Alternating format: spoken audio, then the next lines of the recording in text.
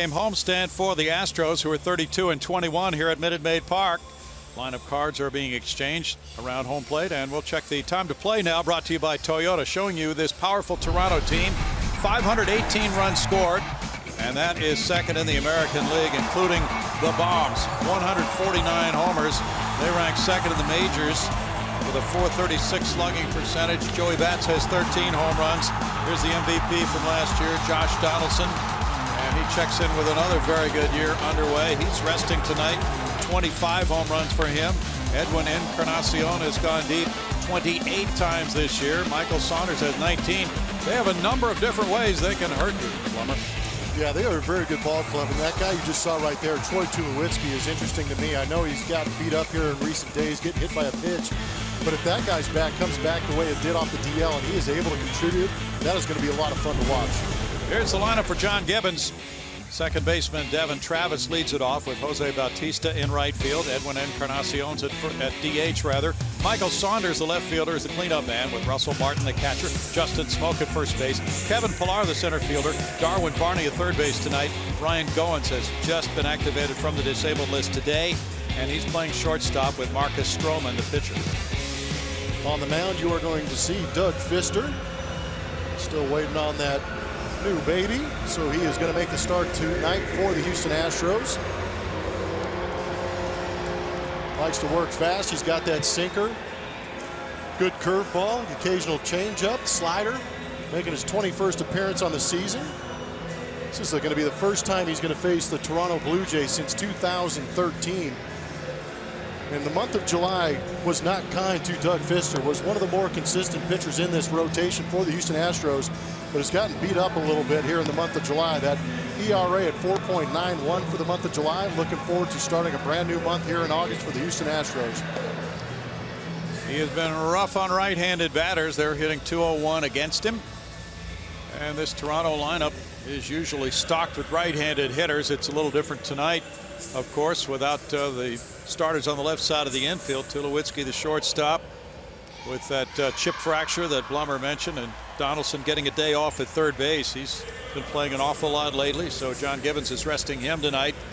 And as the Blue Jays take the field, they were in first place a couple of days ago for the first time since early April. Now they're only a half game behind Baltimore.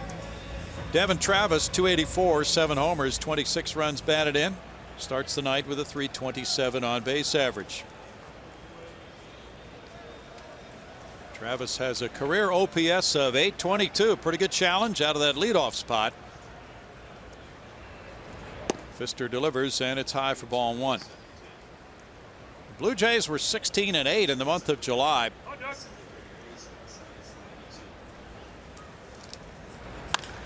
Ground ball, one hopper. And Alex Bregman moves to his left, taking care of out number one.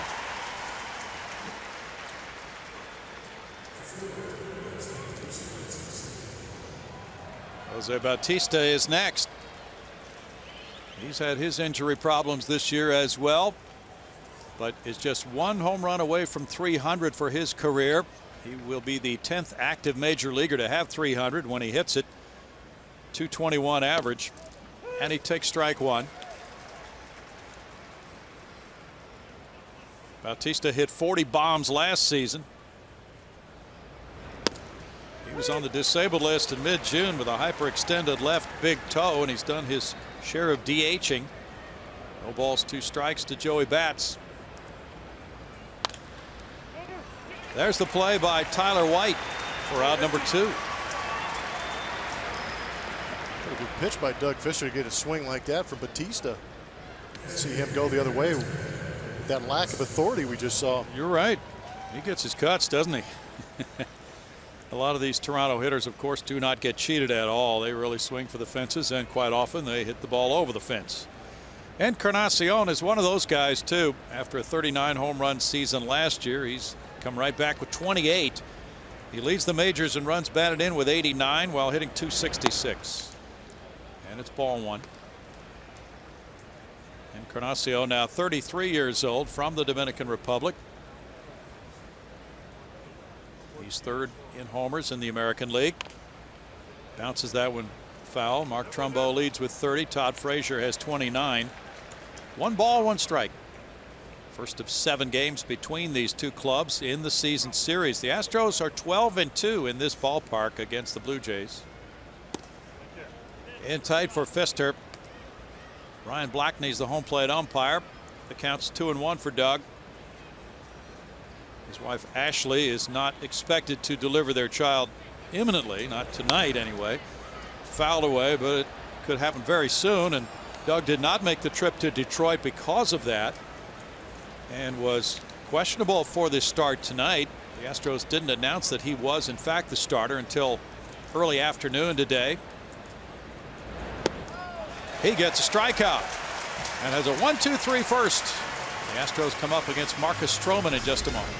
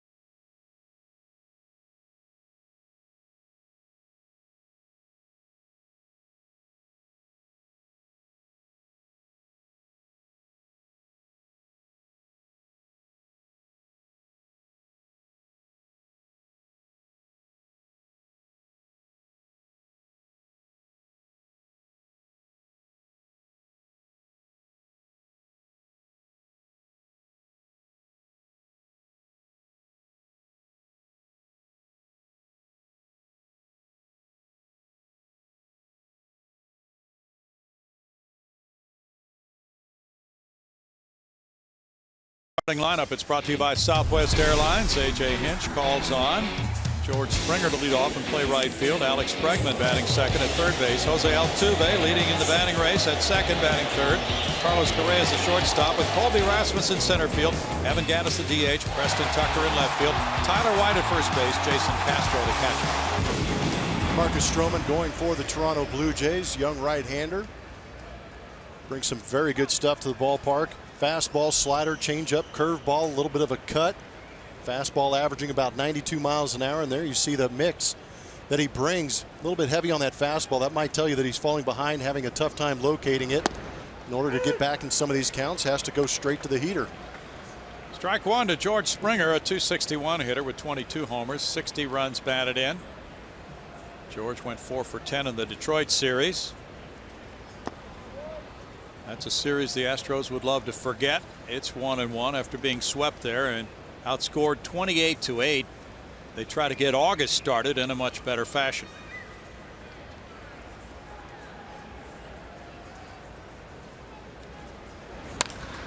Springer hits one into right field.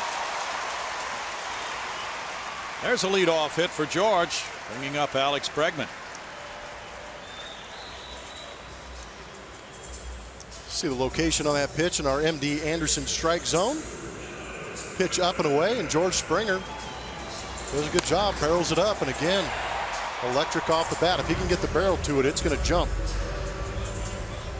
It rocketed by Justin Smoak at first base. Now Alex Bregman, an .045 hitter, 1 for 22 as a major leaguer. He got that first major league hit yesterday in Detroit after an 0-for-19 start.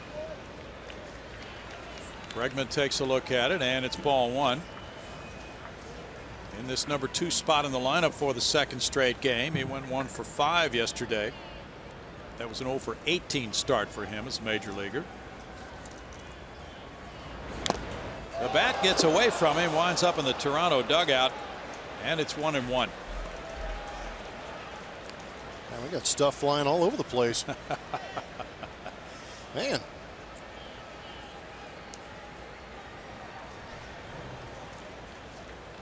pretty good helicopter job right into the dugout of the Toronto Blue Jays. Baseball goes flying. Get that Manny-Mota stick. Load up. You bet. This might be Bregman's first ever game indoors. He's not used to it. Got to make the adjustment.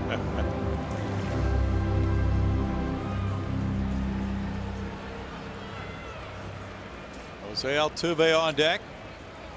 Springer does not have a big lead. Upstairs. 2 balls and a strike. Stroman's only start came against the Astros in the 2014 season, and that did not go well for him. He lost it, giving up 5 earned runs in 3 innings at Minute Maid Park.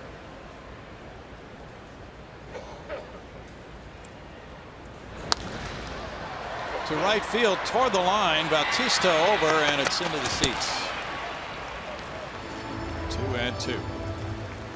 It's good to see A.J. Hinch having the confidence in Alex Bregman to put him in that 2-hole. Gives you an idea that he feels that he's a good guy that handles the bat. We talked about he doesn't have very many strikeouts in those early at-bats that he has. But I think it's also a great situation. George Springer swinging the bat relatively good. If he's on base, there's a better chance that Bregman's going to see more fastballs because George Springer is a threat to run. Ripped on a line, foul though. Still 2-2.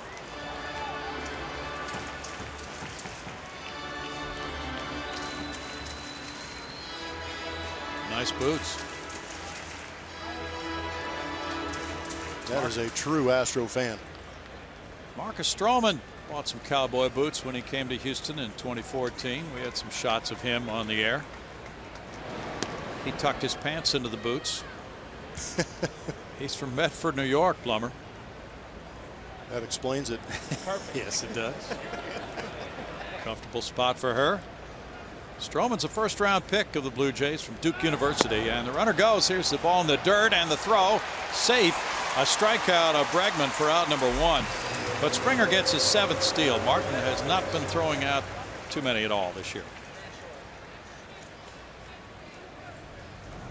Good jump by George Springer. There's a look at on our Supermo, brought to you by Mattress Firm. Hey, not sure if you saw what I saw, but I wonder if John Gibbons saw it. Well, they're looking at it right now on the Toronto bench. Really close. Might have gotten that elbow before he got the hand in there. The game will proceed. How about that? Russell Martin was out in front of the plate holding up play until the Toronto bench could make a decision about challenging, and it's not going to be challenged. Steal number 7 for Springer in 15 tries. Jose Altuve now will have an RBI chance. Martin going out to talk with Stroman.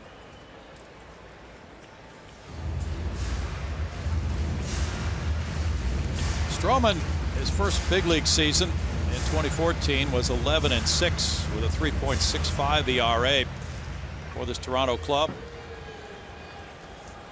It was the first time a Duke player had been drafted in the first round in the baseball draft. 356 for Altuve, 18 homers. And he looks at ball 1.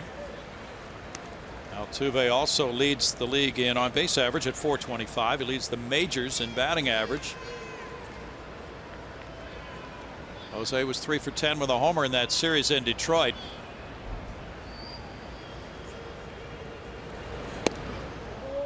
Pitch is up, and it's 2-0. Stroman, a big part of this starting rotation for the Blue Jays, a rotation which has the 2nd best ERA in the American League at 3.71. Their starters are 47 and 24.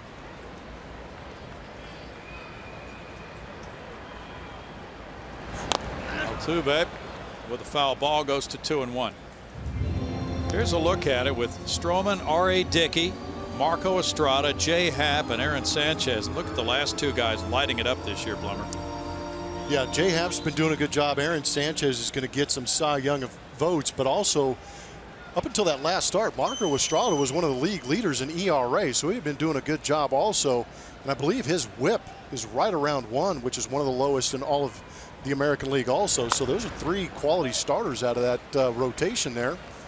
But again, we talked about Aaron Sanchez possibly going into that bullpen. That's what we're hearing with the addition of Liriano, and you talked about that. We're also hearing that Russell Martin, who worked well in Pittsburgh with Liriano, has some good ideas about how Liriano can fit into this Toronto club and be an effective left-hander.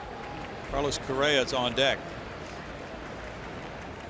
So that was one of the trades the Blue Jays made today to get Liriano. Altuve takes strike 3 on a breaking pitch, 2 outs. Didn't see Altuve getting frozen up too often. Right here he did. Says 89 on the gun, but I'm not too sure. I'm with you, Brownie. It looked like a breaking ball that kind of backed up because it stunned Altuve. Now with 2 outs, it's Correa. Correa with 67 runs batted in leads the club. He has 15 homers, a .267 batting average. Carlos was 3 for 12 with 2 runs batted in the Detroit series.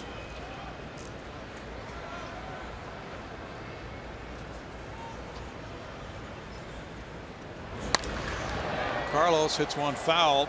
He is number 2 in Major League Baseball in the number of runners in scoring position when he's batted. 168 runners in scoring position when he's been at the plate this year. Gives you a good idea of how the guys in front of him are doing. Getting on base for him a lot. Helps when the guy in front of you hitting 360 on the season. Yeah. Inside for a ball. It's 1-1.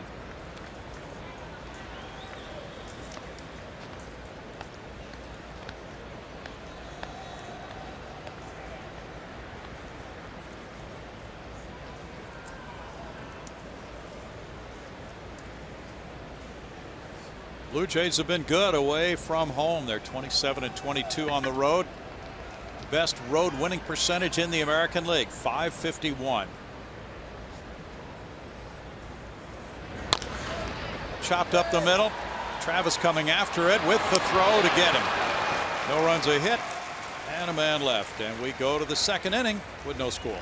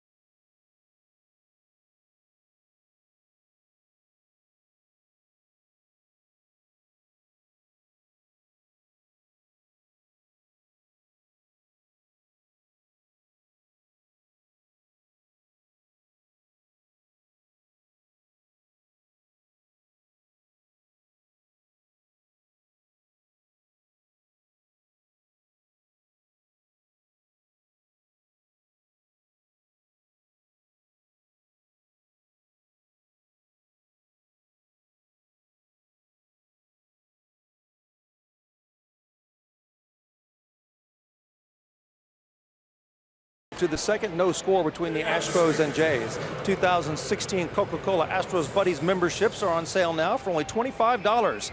Buddies members get a voucher for 4 tickets to an Astros game, VIP access to Kids Run the Bases, exclusive autograph sessions, and more. Memberships for kids up to 12 years old are available by visiting astros.com/buddies. Of course, the only deal the Astros made today at the trade deadline was they sent reliever Scott Feldman to the Blue Jays. We actually watched Feldman leave the Astros clubhouse, walk down the hallway and into the visitors clubhouse, which is always strange. But A.J. Hinch, before today's game, said that he had nothing but great things to say about Scott Feldman. He came here as a starter before the turnaround started, pitched well as a starter, and you saw the numbers he has put up in long relief. So they wish Scott Feldman all the best, and they appreciate what he did for this ball club. They got a right-handed prospect, Lupe Chavez, from Toronto in that deal. But Feldman is a guy that was a valuable part of this team as a starter, did a nice job in long relief, guys. And nothing but good things to say about him as he went over to that Blue Jays dugout. Terrific guy, good leader on the club. Broken bat looping single by Saunders is the first hit for Toronto. Now Russell Martin, 235, 7 homers, 39 runs batted in, reaching base in 19 straight starts. 33-year-old catcher from Canada. And he takes strike one. Saunders is Canadian born as well. Blue Jays would appear to be one of the top teams in the American League right now, based on what they've done so far. 1 ball, 1 strike. You know, it's always interesting this time of year, Blummer. First of all, trade deadline day is one of the most interesting days, period. And the deals were fast and furious today as they got close to that deadline. There must have been 10 deals announced in the last 5 minutes before that deadline. But watching Jim Bowden, the former Reds general manager, talk on TV today about it, he said these deals are done hours ahead of time. They just don't announce them until the final few minutes. He said they're not putting these deals together, you know, like 2 minutes before the deadline. They're already made. They're just on hold, waiting to be announced. Gotta have a flair for the dramatic, right? All right. That's a looping fly ball. Could be trouble. No, Springer has time to get over there. And it's out, number 1. Greater coverage of baseball is brought to you by T-Mobile. Here you see playoff push acquisitions. Andrew Miller, a huge pickup for the Cleveland Indians. Already have a great staff. Now they have a dominant closer in the back end, Jay Bruce. A lot of talk on the issues going on with that trade, but finally went through, going to New York. And how about the Dodgers picking up 2 Oakland A's, Rich Hill and Josh Reddick. Pretty solid pickup. You knew the Dodgers would be a big player today, right? Oh, yeah. Justin Smoak, the former Texas Ranger, watches. The throw goes over to first on Saunders. Saunders has not done a whole lot of running this year, but the Astros want to keep the double play in order. He is 1 for 3. This Toronto club 13th in stolen bases. And keeping the double play in order is important for Pfister. As many ground balls as he gets. Strike to Smoak, 233, 12 homers, 27 runs batted in for Justin. Who's from a great town, Blummer, Goose Creek, South Carolina. Not bad. Fouls it back, 0-2. What's your own personal opinion now that the trade deadline has passed? Who got better today? Who's at the top of that list? I like the Indians. I thought they were great to begin with, and I know that they had a trade in place for Lucroy, but he did not want to go there. But I think the Indians did get decidedly better. I think having that guy at the back end of the bullpen to be able to close games out for those starters is a big deal. But if you had to judge it on what we saw today, I think that the Texas Rangers, unfortunately, were the one team that did extremely well going in there, getting Lucroy, getting Carlos Beltran. They also picked up Jeffries from Milwaukee, which I think was a pretty big pickup, and they also kept Profar and Gallo in their system. Smoak strikes out. That's number 2. So we take a look at it. And Jeffries had been the closer for Milwaukee. Do you think he's going to be the Rangers closer? He could be. I know that now Jeff Bannister up there in Arlington has options, and I think that's what they were looking for. It looked like Diekman was getting beat up a little bit. Saw the issues with Sam Dyson getting, well, not getting, but just getting fatigued throwing so many times last year. I think now he has 3 guys out there that he could use in that closer role. That's strike 1 to Kevin Pillar, one of the best defensive outfielders around. 267, 7 homers, 45 runs batted in for Pillar.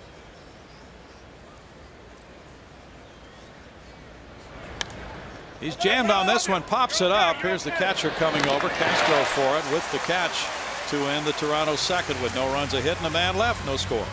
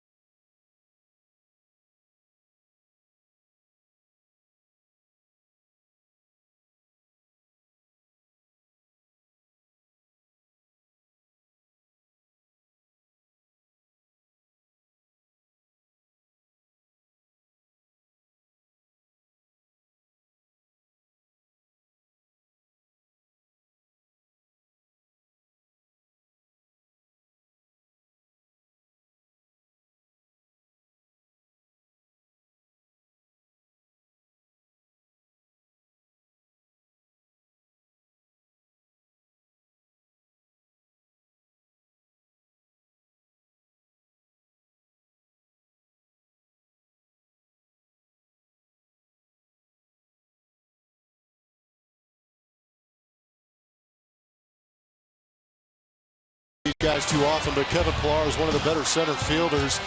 He is a consummate highlight reel maker out there in center field, picking up this pitching staff when they do make mistakes. He's got the speed to track it down, and he has the fearlessness to throw that body all over the place on that turf at the Sky Dome.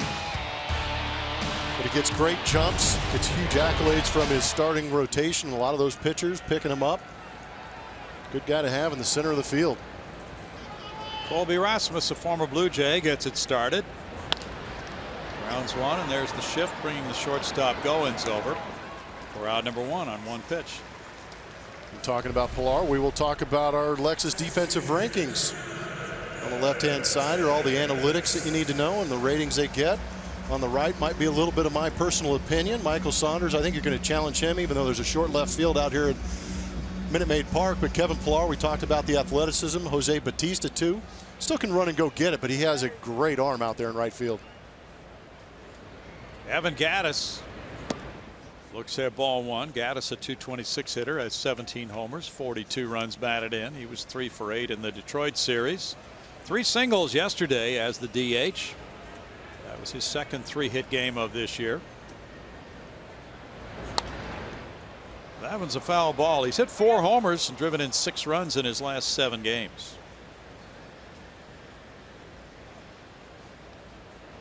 Kevin Pillar has an ultimate zone rating of 18.6. Plummer. Now, back when you were in the Astros clubhouse, did you and Jeff Bagwell and Craig Biggio and Brad Ausmus sit around and talk about UZRs? Yeah, quite a bit.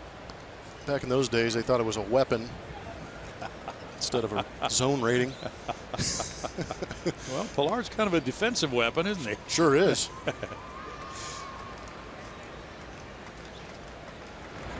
Gattis takes a breaker, and that's strikeout number 3 for Stroman.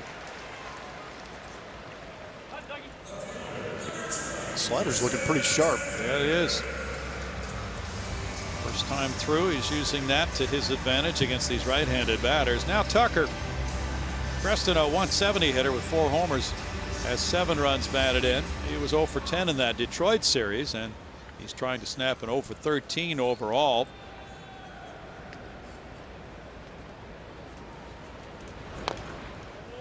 There's strike one. Left-handed hitters are hitting .291 against Stroman compared to right-handers .256.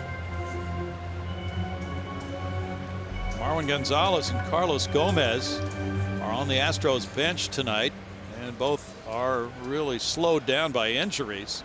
Jake Marisnick is the only other bench player. 1-1. Marwin saw a doctor today, and he has soreness in his hand, but he's going to stay active. It just takes time for injuries like that to heal. Hamstring strain for Gomi. Foul pop, Darwin Barney. And in the second inning, it takes only 8 pitches for Stroman to keep the game scoreless.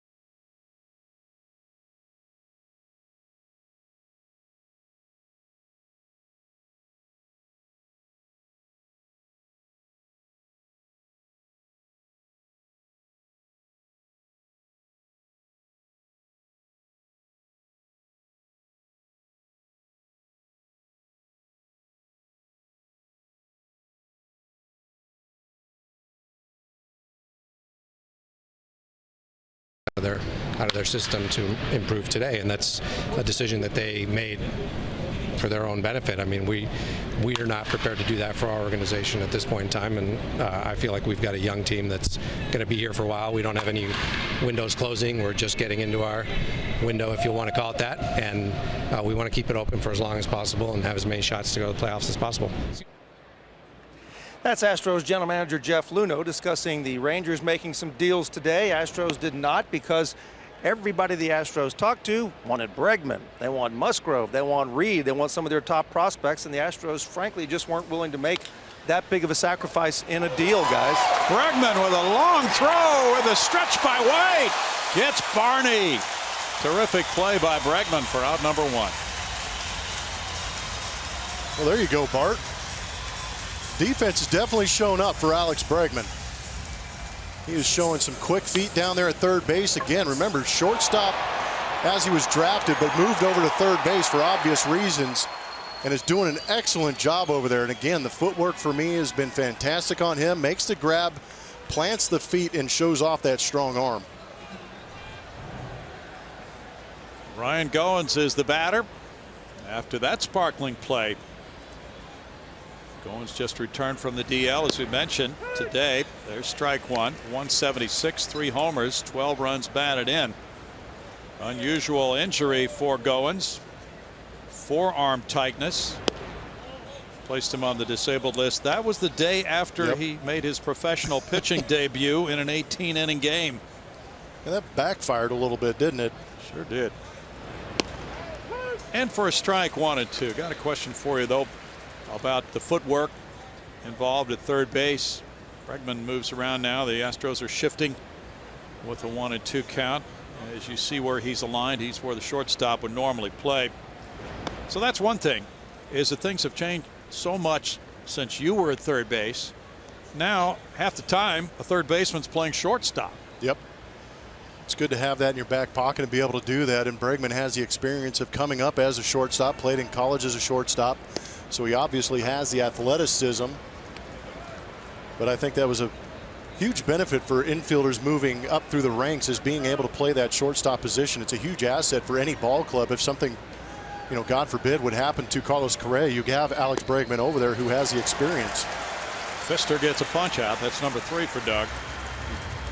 Marwin Gonzalez can play some shortstop, but I think that footwork up the middle allows guys like him to make a pretty good judgment on how to go and attack that baseball right there and get himself in a good position to catch it, number 1, but also to get himself in a good position to make a good strong throw across the diamond.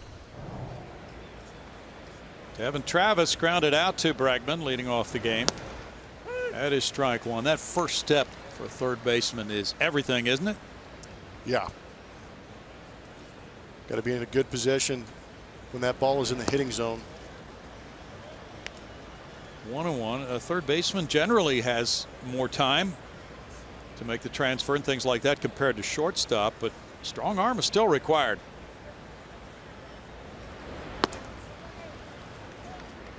Two balls and a strike.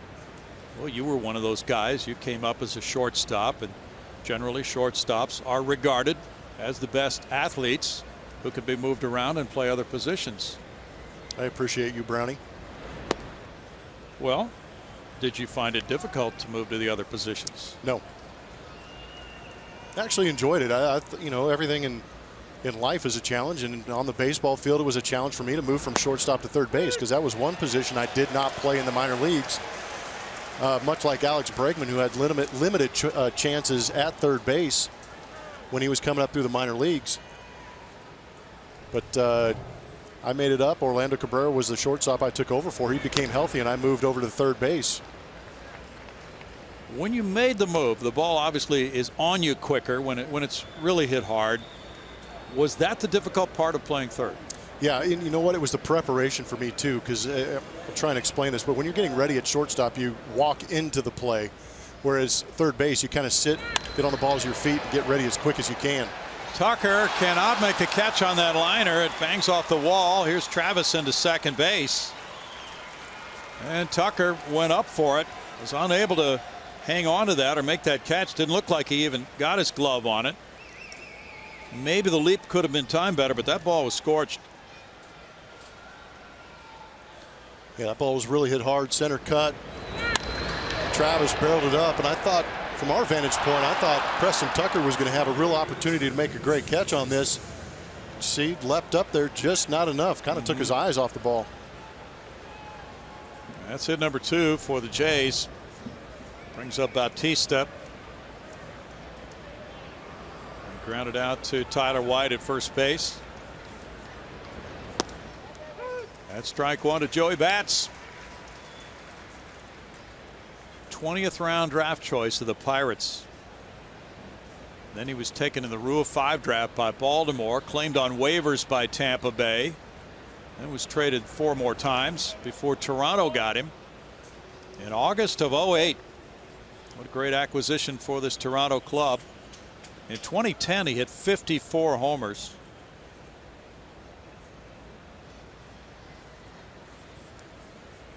He's a potential free agent after this season. And for a strike for Pfister, who's throwing the ball well tonight, it's 0-2. And Joe Musgrove is spending his first day as a major leaguer. He's in the Astros bullpen. He was the option for starting tonight if Pfister did not take this start.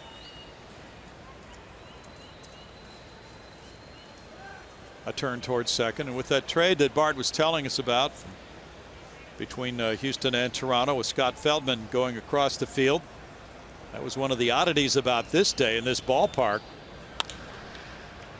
Backhanded Correa for the 3rd out. No runs, a hit, and a man left. No score.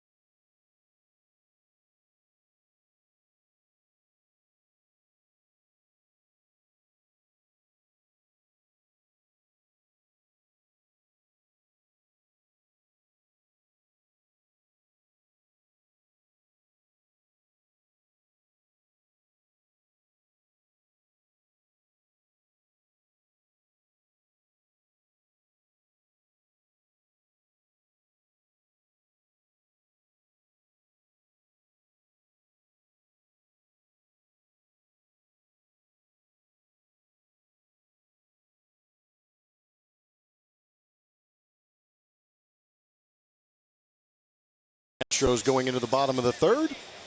Catch the deal of the season with Coca-Cola Double Play Tuesdays. Get a pair of View Deck tickets for only $22 for tomorrow's game versus the Blue Jays. Bring 2 Powerade labels to Minute Maid Park box office to the Minute Maid Park box office to purchase your tickets.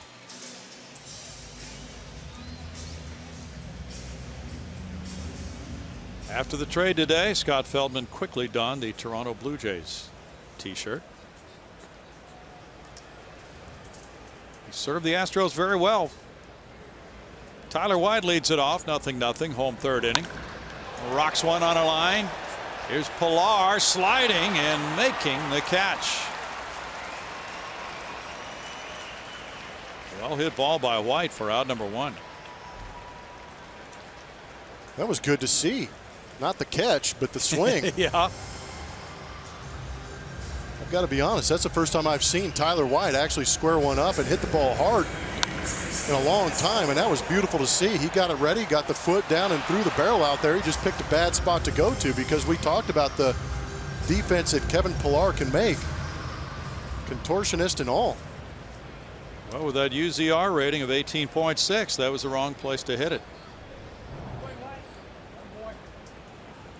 Pointing up to the lights, maybe? Not sure why he was pointing. Here's Jason Castro batting. I think he was pointing him, saying, hit it away from me, hit it over there. Strike to Castro. .210 for Jason, 6 homers, 23 runs batted in. Astros got a leadoff single from George Springer, who stole second. He's been their only base runner against Stroman. Stroman gets strike 2.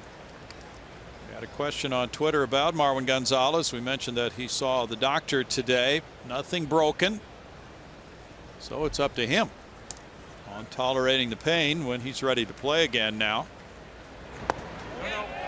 Pitch down and in, and that's called a swing by Todd Tichenor. And a strikeout of Castro. That's number 4 for Stroman.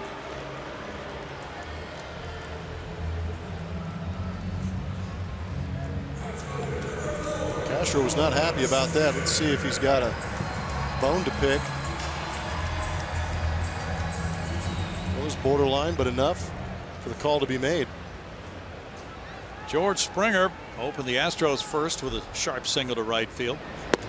There's ball 1. You're talking about players with bone bruises and things like that. You get to this time of the year, and that is something that a lot of guys have to deal with as far as gripping that bat and swinging it as many times as they do, and hitting balls, all the batting practice they take, and then other types of hand injuries come along. And this is the time of year you try to nurse things, right, Blummer? You don't want to go on the DL, and the Astros already have Valbuena on the DL, so Marwin's going to try to nurse it just the way Gomez is the hamstring. Yeah, and it's tough for A.J. Hinch, but again, we are in the American League where you don't have to worry about pinch hitting, double switches. It is nice to have that luxury of having those guys come off the bench, but you can give them a couple extra days to try and figure things out. And if they are going to get healthy a little bit sooner than the 15-day DL, you can kind of hide them. But at the same time, we saw in that game in Detroit where it created some issues having some guys out of position. Yes, it did. There's a walk to Springer. That's number 1 of the night for Stroman. So Marwin has a hand problem. He could run. You need a pinch runner tonight. Gomez can't run, but maybe if it's a bases loaded, nobody out situation, he could hit, that kind of thing. But so they're available, but in a limited way. So you're saying if you put them together, you got a one-ball player? Right. You got parts and pieces. Exactly. Mix and match. Yeah. Bregman struck out earlier. Alex looks at ball 1.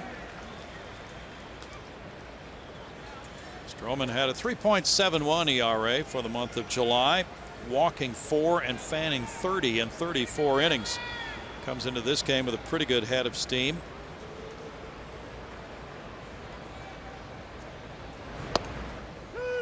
He catches the corner, and it's 1-1 on Bregman.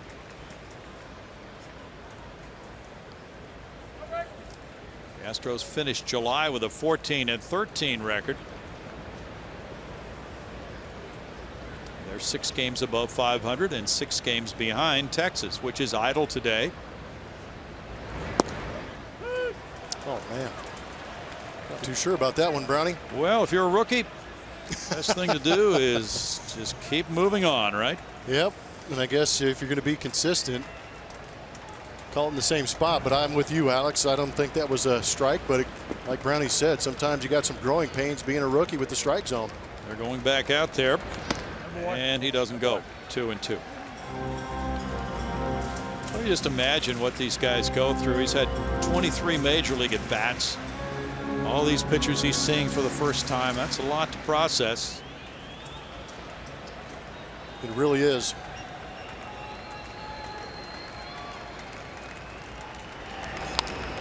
Foul back.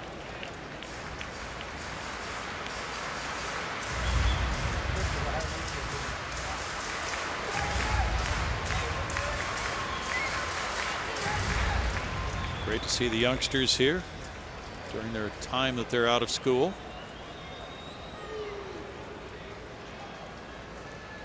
Tomorrow night it's Lance McCullers and R.A. Dickey at 7:10. All 4 of these games in this series start at 7:10. Bregman rolls over on it, hits it to third. Barney over to first. No runs, no hits, and a man left after 3, no score.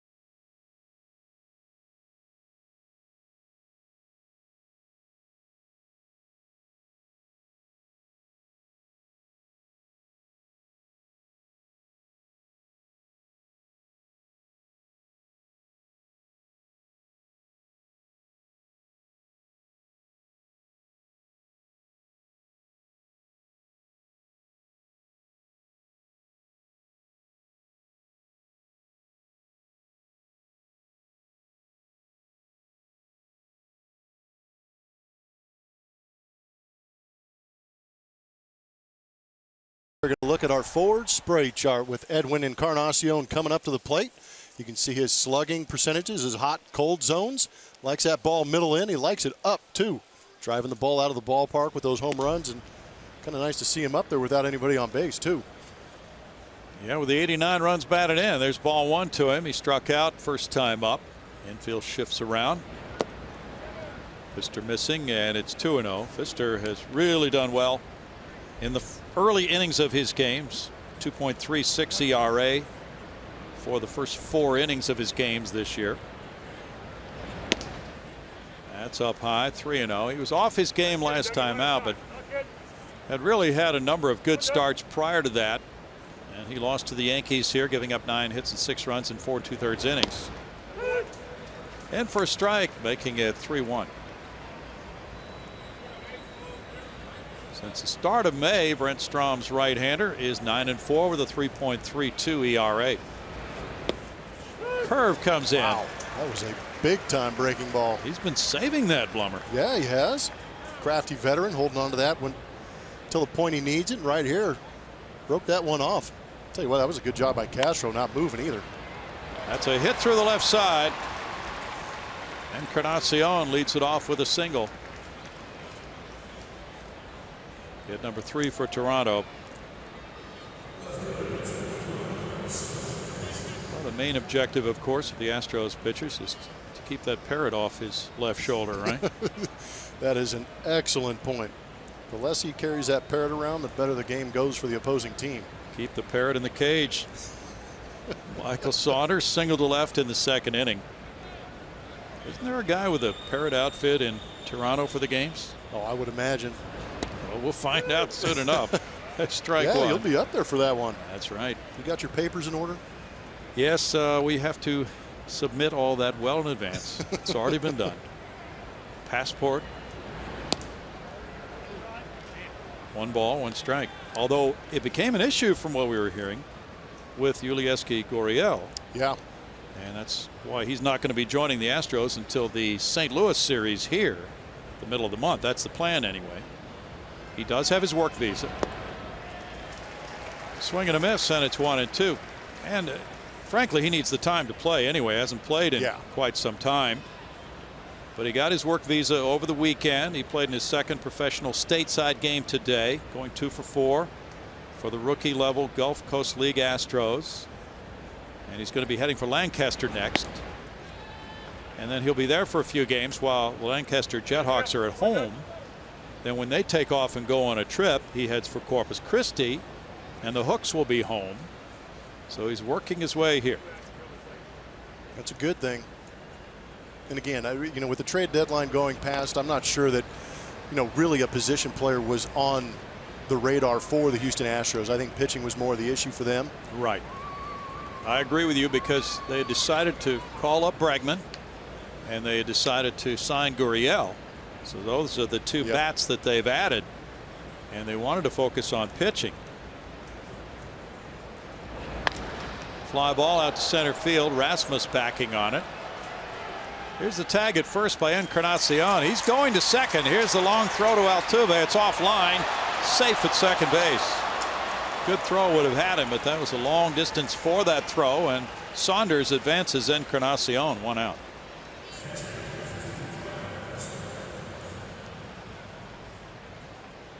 .335. What does that mean in terms of major league pitching? Any idea? I'm not sure. I mean, I like the idea of international competition because you are seeing the best of some of these countries going out there, and the atmosphere is comparable, I think. But until you get here, you really don't know what you're going to get. Got an opinion for you. Russell Martin is the batter. He hit a fly ball to right.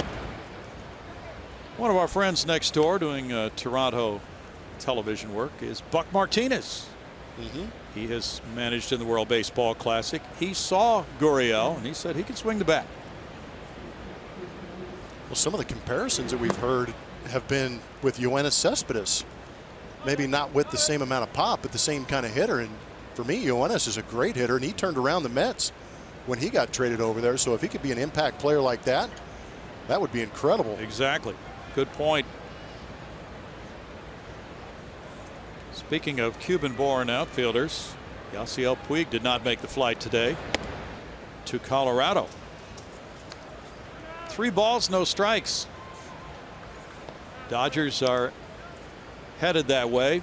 They are off today, but there was no comment by Dodger management as to why Puig was not on that Dodger plane for Colorado today. There's a lot of issues going on in there in LA for Yasiel Puig. In for a strike, 3-1 to Martin.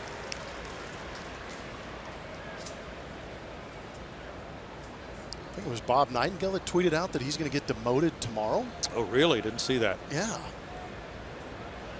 Well, it's getting tough then. Springer over toward the right field line with the catch for out number 2. Well, Puig's name was bandied about in trade rumors prior to today. So maybe the Dodgers were just trying in the worst way to deal him, and then when they couldn't do that, decided to take other action. He's been a problem for that club. Yeah, it's not good when you're a distraction like that. I think that's what's starting to pop up a little bit. Justin Smoak struck out in the 2nd inning. Danny Duffy of Kansas City has a no-hitter through 7 against the Tampa Bay Rays at the Trop. He has struck out 14. 14 through 7. That's un-Duffy like. Ball 1 to Smoak. Yeah, of the top named starting pitchers who were probably not available, there were some really good names. But, you know, after seeing the fact that the White Sox still have Chris Sale and Luis Quintana, or Jose Quintana rather, and Chris Archer is still in a Tampa Bay uniform, we have to wonder how available, if available at all, those guys really were today. Yeah, that would be interesting. All the backstories that come out after these trade rumors and things like that go on are always interesting too. Rasmus back into left center field to the warning track for out number 3. No runs, a hit, and a man left, no score.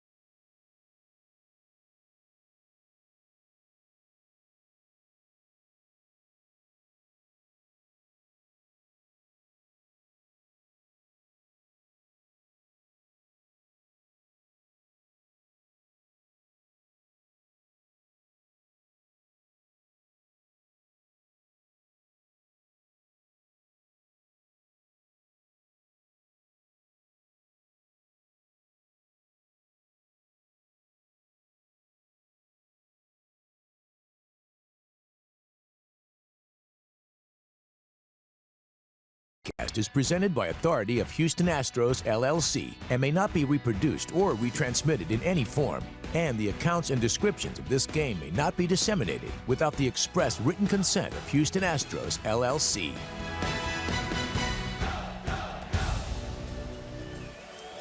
Nothing. Blue Jays have 3 hits. The Astros have 1. We go to the bottom of the 4th. Orbit is ready for some action from Altuve, Correa, and Rasmus. Both pitchers threw 40 pitches in the first 3 innings, 26 for strikes. Stroman works to Altuve, And he chases that. Looked like a cut fastball, maybe a quick slider there, Blummer. Strike one, whatever it was effective. Yeah, you know what? The scouting report we have says that slider averages 86, but it looks like he's throwing it a little bit harder today and getting some good sharp break on it. 1-1. Altuve is playing in his 196th consecutive team game. That's the longest streak in the majors right now.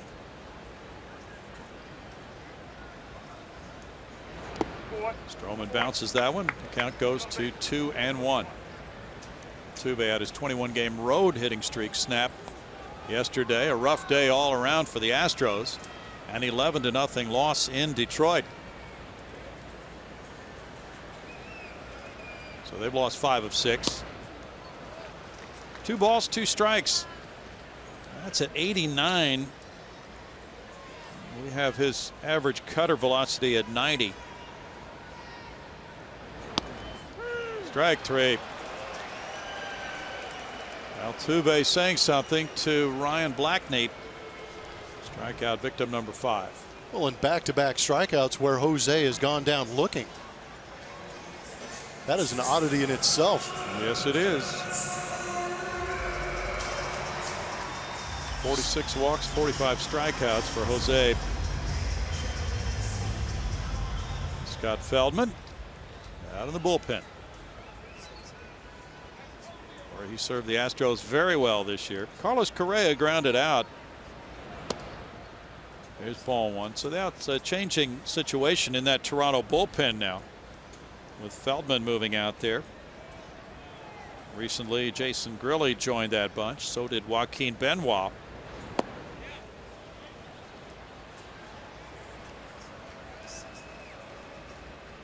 One ball, 1 strike. That was called a swing by Tony Randazzo. And now Aaron Sanchez headed that way, as you mentioned earlier. So that's quite a different bullpen than earlier this year. 1-2, but back to Stroman. If he gets that cutter away going the way he did to Altuve and then comes inside, that's a pretty wide area for a hitter to cover, isn't it? Yeah, that really is. And it's tough, too, when you're throwing it that hard. You don't have much time to delineate if the ball is going to cut or stay straight. And that's the difference between a ball being on your barrel or off the end of the bat.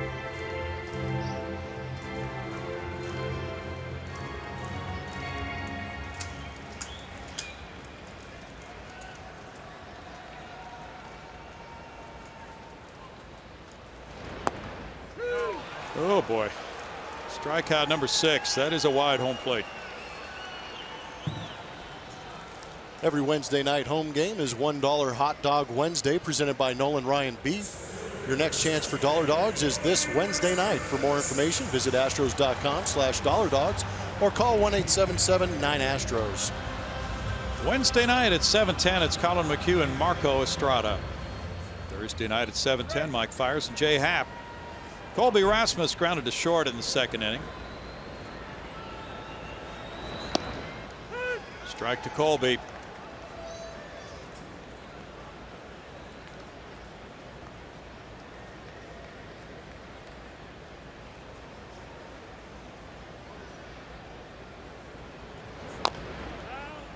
He tops that one foul, 0-2, even though the Astros did finish July by losing 5 of 6 for the month. They gained ground on front-running Texas. When July began, they were 8.5 games behind the Rangers. Currently 6 games back. The Rangers were 11-15 in July, while the Astros went 14-13. Striking out the side, Stroman keeps the game scoreless through 4.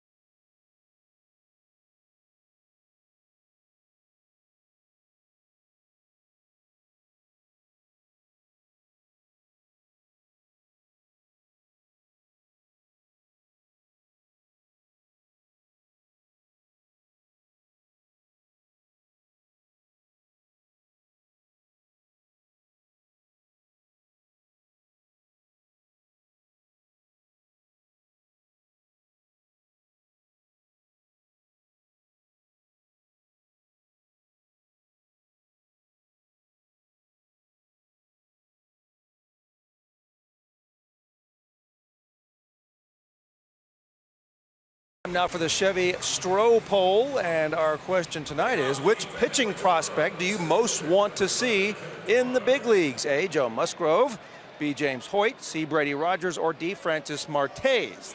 That D there, Francis Martes, probably the one that we know the least about. He's at Double-A. He's a highly touted prospect, got electric stuff. But those other three guys, heck, Musgrove, you may see him tonight. You never know, guys. He's available. Thanks, Bart. We go to the 5th inning, no score. Kevin Pillar fouled out to the catcher, Jason Castro. There's strike one for Doug Fister. Quite a matchup through 4. Bregman backs up a little at third base. And there's that outside corner. You could expect to see both of these pitchers banging away at that area tonight. I was going to say, you do want the guys to take the bat off their shoulders, but at the same time, kind of expanding the zone a little bit, and they're not accustomed to getting that far off both edges. So the pitchers are taking advantage of it. I agree with you in the fact that they need to do that because they don't get that all the time either. That's bounce foul. 1 and 2. A good pitcher can really work a situation like this, can't he? Yeah, you get a veteran like Doug Fister out there. Jason Castro's been around for a while too, and I'm sure when Fister's on the mound, he's cheering for that strike zone, but when he's not out there, I'm sure he's letting the home plate umpire know that you're getting a little expansive. High chop, Fister with the play. 1 out. Here are your Quicken Loans Rocket Arms. Some of those young guys that we keep talking about were held on to at that trade deadline. Joe Musgrove is here. He has got good numbers. That strikeout to walk ratio is, I guess you could say, brilliant. That's pretty impressive stuff. Brady Rogers doing his thing down there in the PCL too. That's another thing you got to remember. They're pitching in the PCL, which is predominantly a hitter's league. Yes, it is. Darwin Barney lines one over Altuve. A hit into right center field for Barney. He was robbed by Bregman first time up. Morgan Ensberg will keep us updated. You're about to see the dude. That's a technical term for Morgan. He likes to throw that term around. Yeah. He doesn't throw it around loosely. He's pretty selective. No, if you get the label dude, that means he likes you. He never called us that, did he? Yeah, I'm still working for that status. Ryan Goins struck out in the 3rd.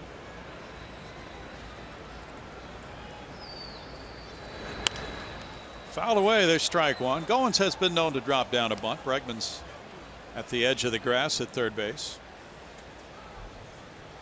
Goins is from Round Rock, Texas. Went to Dallas Baptist. 4th round pick of the Jays in 09. Hit a home run in the ALCS last year for them. In for a strike to him, and it's 0-2.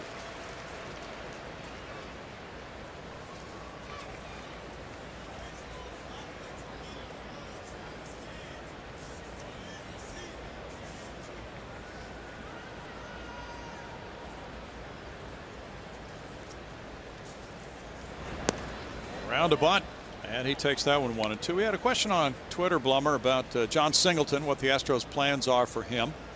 Just checking his numbers at AAA Fresno. Singleton's hitting .201, 15 homers, 48 runs batted in, 309 at bats, 56 walks, 89 strikeouts, 706 OPS for Singleton. On the curveball, he struck him out. That's number 4.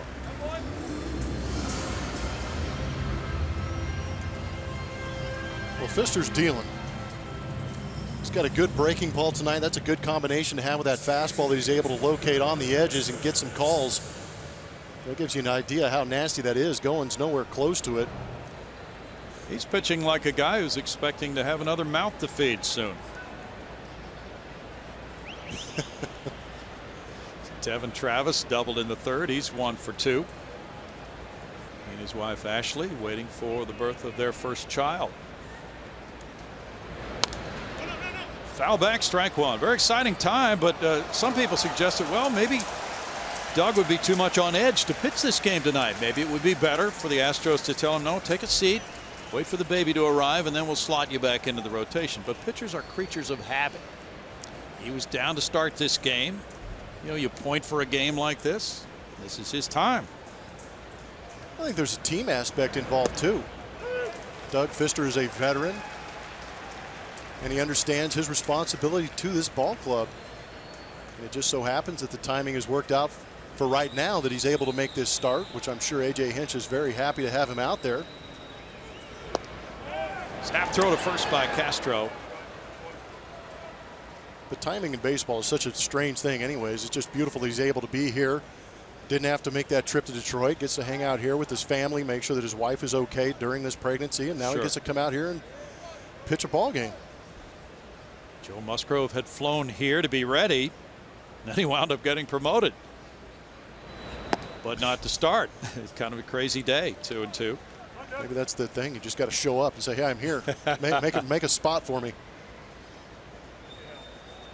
Yeah, this is it's a good rule that players can leave the club for 3 days on the paternity list, and don't know how many years that's been in existence. Not all that long in the big leagues. Line foul, but I remember one year, and Art Howe was the manager. It might have been '89. The Astros went to Montreal. Ken Caminetti's wife Nancy was about to give birth, and there was no paternity list at that time. And Art told Ken, just stay in Houston because we're going all the way to Montreal and coming back home. So rather than get caught up there and be unable to get back for the birth of your child, just stay in Houston the whole series. And he did, and it worked. Struck him out. That's number 5. No runs, 1 hit, 1 man left, no score.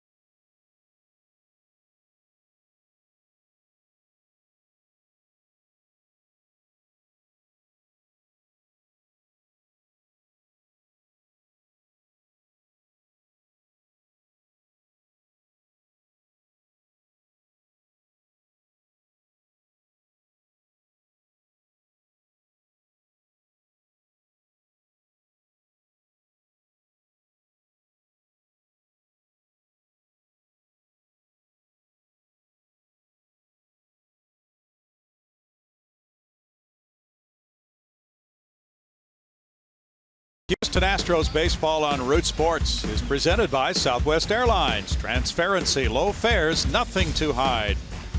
By Academy Sports and Outdoors, donating $100 for each Astros home run and $200 for each Correa home run to Houston Children's Charity. And by Toyota, let's go places. Evan Gattis is in the box, home 5th inning underway. There's Marcus Stroman throwing. And Gattis took that first pitch. Takes that one as well.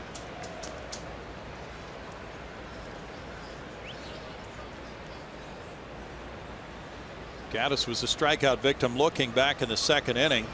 1-1 count. Now it's 1-2 with Tucker and White to follow.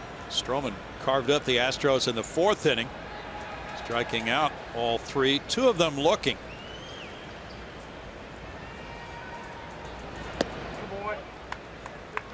And it's 2-2. Texas Rangers, by the way, have designated for assignment 2 catchers after today's trades. At strike 3 call, it's 8 punch man. outs. Yeah. Brownie, I'm going to go down and pitch. You do not want to grab a bat tonight, pal. Gosh, you ain't lying. I'm having flashbacks to 1999. Yeah. I mean, those are off the edge. I'll give you a seam or two, but when you start missing, there's space in between that baseball and the strike zone. That means you're getting off the plate a little bit. We're not exactly talking Eric Gregg here, but nonetheless, a little bit wider home plate than normal. Oh, it was excessive. Here's Tucker fouling it. Now, admitted, when you were facing a Maddox or a Glavine with Eric Gregg behind the plate, you didn't feel like you had much of a chance, did you? No, you had to pick one side of the plate or the other because there's no way you were going to cover 24 inches of that plate that Eric Gregg was seeing.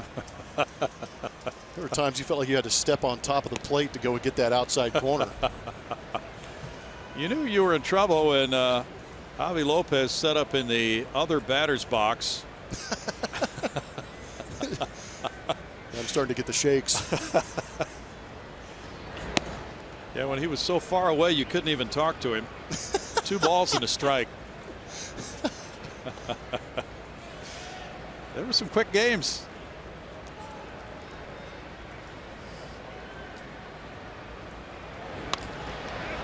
Out to right field. Bautista in for the catch. 2 down.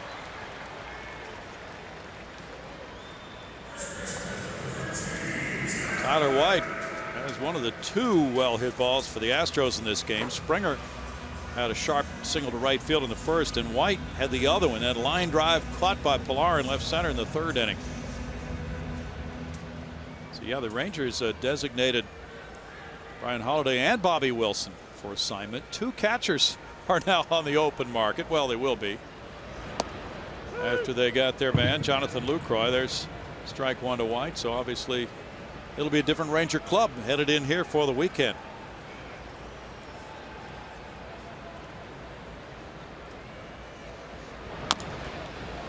And Carlos Beltran will be able to DH for that team. Yeah, that definitely creates depth, more options. Veteran leadership. Some would argue that with Beltre and Beltran on the same team, you've got 2 Hall of Famers in that lineup. Well, that's a good point. I know we were hearing from some of the Yankee broadcasters when they were here last week that the Yankees feel they have a good shot at signing Aroldis Chapman and Carlos Beltran as free agents to get them back next year. Wow. After dealing them. And that's pretty rare, but apparently both those players like New York a whole lot. And it kind of makes you wonder what the conversations are like with those players before they trade them away. Yes. You could sit down with an Aroldis Chapman and say, hey, look, we had big plans for you this season. We know your contract's up at the end of the year. We're going to trade you away, get some good prospects in return. You go do your thing in Chicago. But at the end of the year, one of the first phone calls we make will be to you. First time in about 25 years the Yankees have made these moves of this kind at the trade deadline during a season. 3 balls, 2 strikes. So he'll be coming back in a different uniform.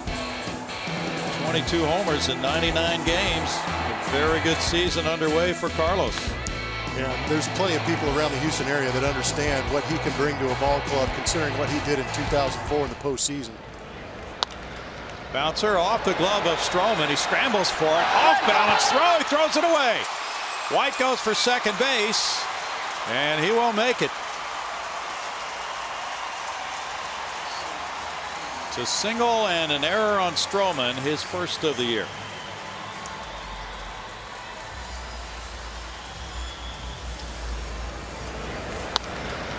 Good job of putting that ball in play. Stroman is a very good athlete. Got a glove on it, sprinted to it, had a chance, but right off that back foot. And when you're falling away from a play like that, your momentum is going to take that throw up the line just like it did. See if the Astros are able to take advantage of this situation. Jason Castro would love to do that. He struck out in the 3rd inning. We didn't finish answering that question about John Singleton. We're not totally sure what the plans are for John Singleton. He's on a 5-year deal right now. This is what, the 3rd year, I believe, on that 5-year deal. But A.J. Reed has been here this season. Singleton has not. Broken bat grounder goes foul, strike one. And by the look at Singleton's numbers, which we read to you earlier, it doesn't appear that he is considered to be prominent in their plans as of this time anyway. Yeah, and that's all we can really do up here. We are not in on the meetings. We don't know what conversations are going on, but sitting up at the booth, we have a tendency to look at numbers, and we know that production allows you that opportunity to get called up. And yes, he's under contract, but again, production and what you're going to bring to this big league ball club is what's going to garner you being here.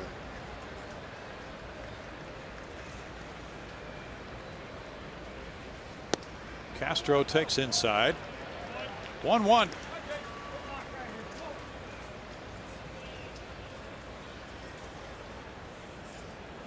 Astros ran into some well-pitched games in Detroit. They have really struggled in any number of games to score this year. They're 9th in runs scored overall in the American League. 2 balls and a strike. They've lost 49 games, and in 36 of those 49 losses, they have failed to score 4 runs. So that no-hitter is now gone for Danny Duffy, broken up by a Desmond Jennings single in the 8th inning for Tampa Bay. Castro takes it. It's 2-2. Duffy was bidding to become the first Kansas City lefty to throw a no-hitter and the first Royals pitcher to do so since Brett Saberhagen.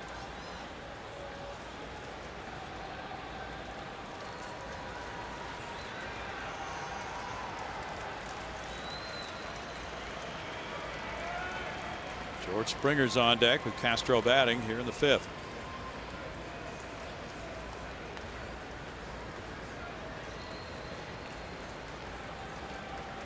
Stroman's got to make a mistake, doesn't he? At some point. Ooh. And you know, we talk about that all the time, how sometimes as a hitter you might get one mistake and in at bat, but tonight it might be one mistake in a night that you have to hit in order for your team to win. Exactly, and take advantage of that mistake, just like that young man. That's no mistake, pal. That was beautiful. Not for him. And he's afraid to start eating. Castro fouls it away.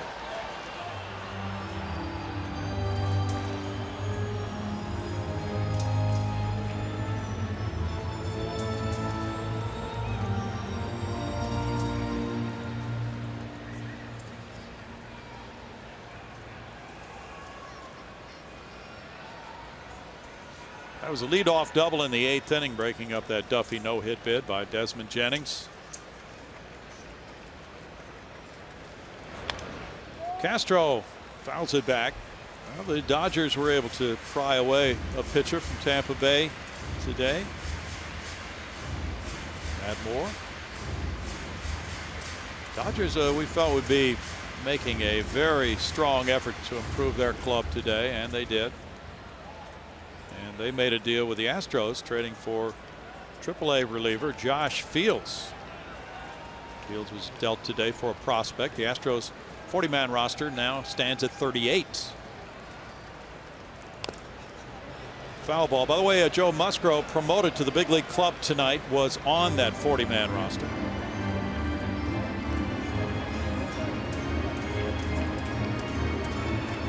Not only does Castro get beat up with foul tips and blocking baseballs behind home plate, he decided to inflict a little damage on himself right there with that foul ball. Joys of being a catcher. Yeah.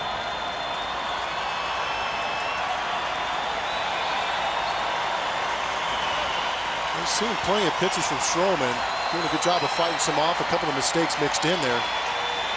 Like to see him get a hold of one right here, shoot a gap, trade places with Tyler White. Struck him out, and that is number 9. No runs, 1 hit, 1 error, 1 left through 5, no score.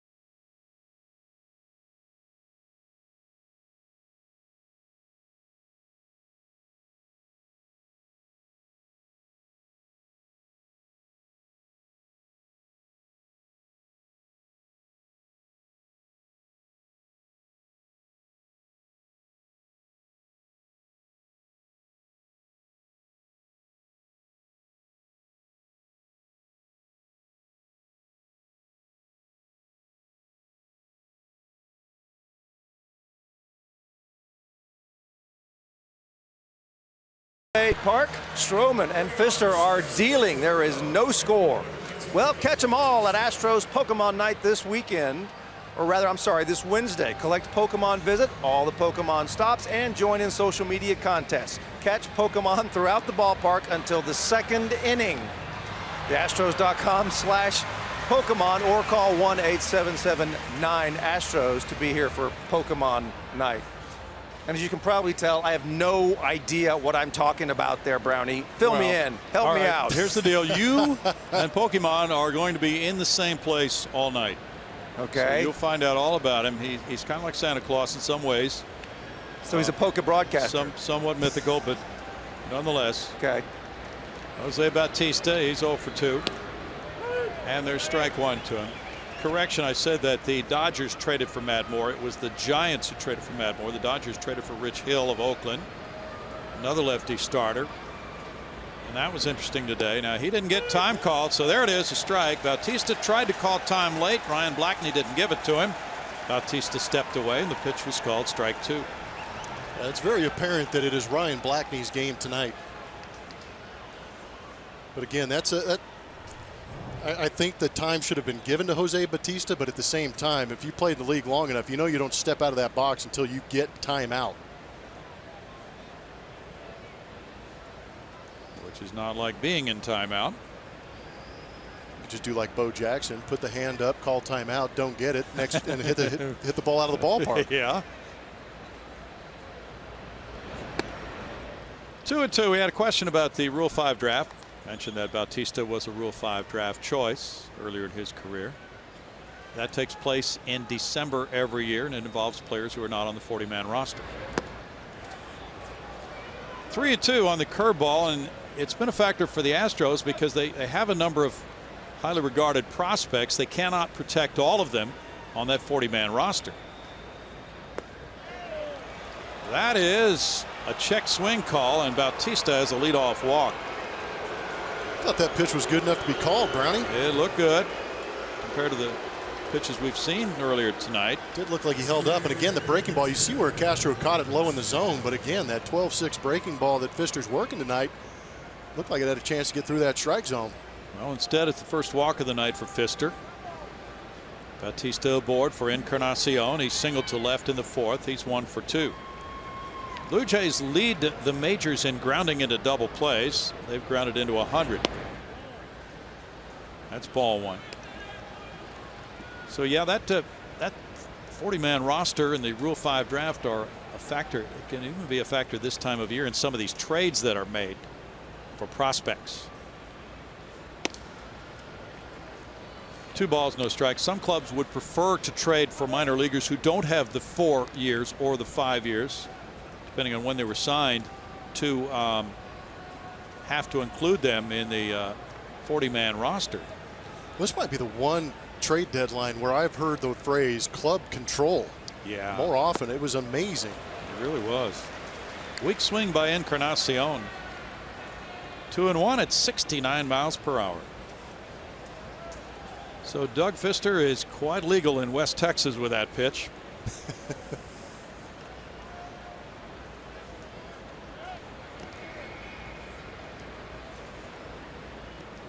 His fastball might be legal in West Texas, but he's getting people out with it. It's all that counts. Results.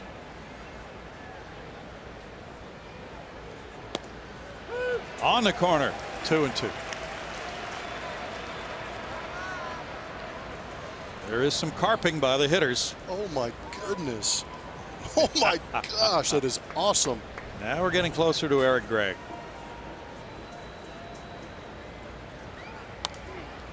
Curveball foul back.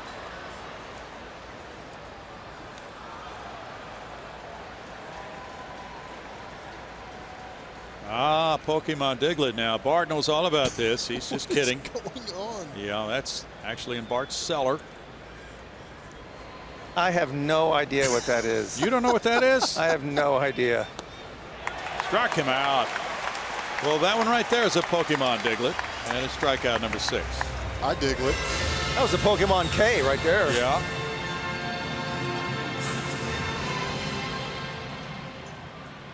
Tell you what, hitters are searching for Pokemon in that strike zone right now with Blackney back there. You bet. Saunders is 1 for 2, a single to left field. He was the guy who was voted in for that final spot on the American League All-Star team ahead of George Springer.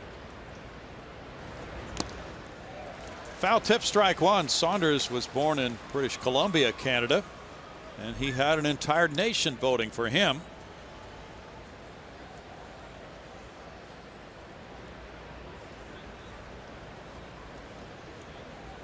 He was traded for Jay Happ when he went to Toronto. Pitch is high, 1-1. Jay Happ is having a sensational season, as Blummer told us earlier. 14-3 with a 3.16 ERA. And the former Astro will be pitching here Thursday night against Mike Fiers.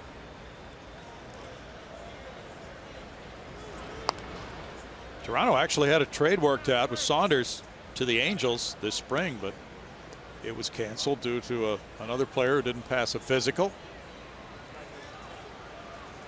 Last year, Michael had left knee surgery, and he had only 31 major league at-bats without a home run. This year has been his real coming out party in the big leagues.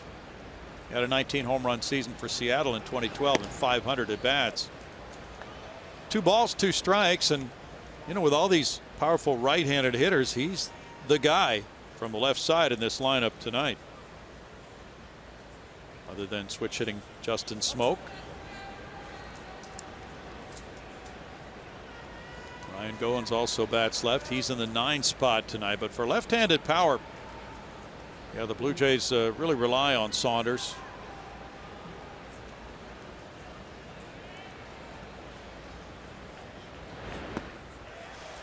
That's another punch out. That's 7 for Pfister. 9 for Stroman.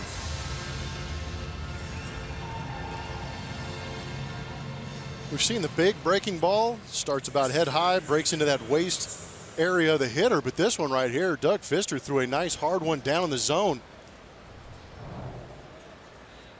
Good pitch against a very good left-handed hitter that Browning was talking about. Russell Martin, the former Dodger, is 0 for 2. 2 fly balls to right field. There's strike one. Martin likes to hit the ball to the right of second base. Colby Rasmus is shading that way.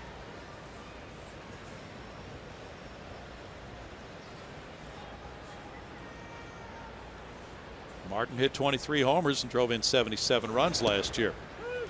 Strike 2 to Russell. It's got to be so hard as a catcher knowing you're getting a very big zone and then go up there and hit and have that same zone called against you and not complain because you know it's going to affect your pitcher. Got to be careful with that.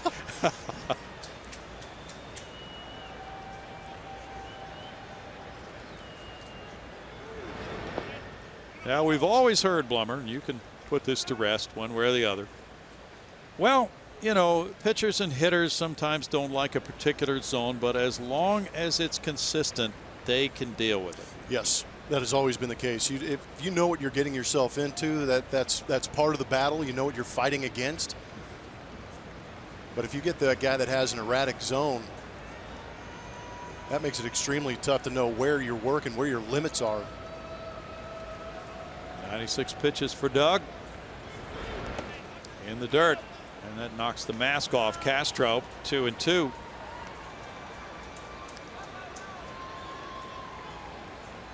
Pfister's ERA after the 4th inning this season is 6.28.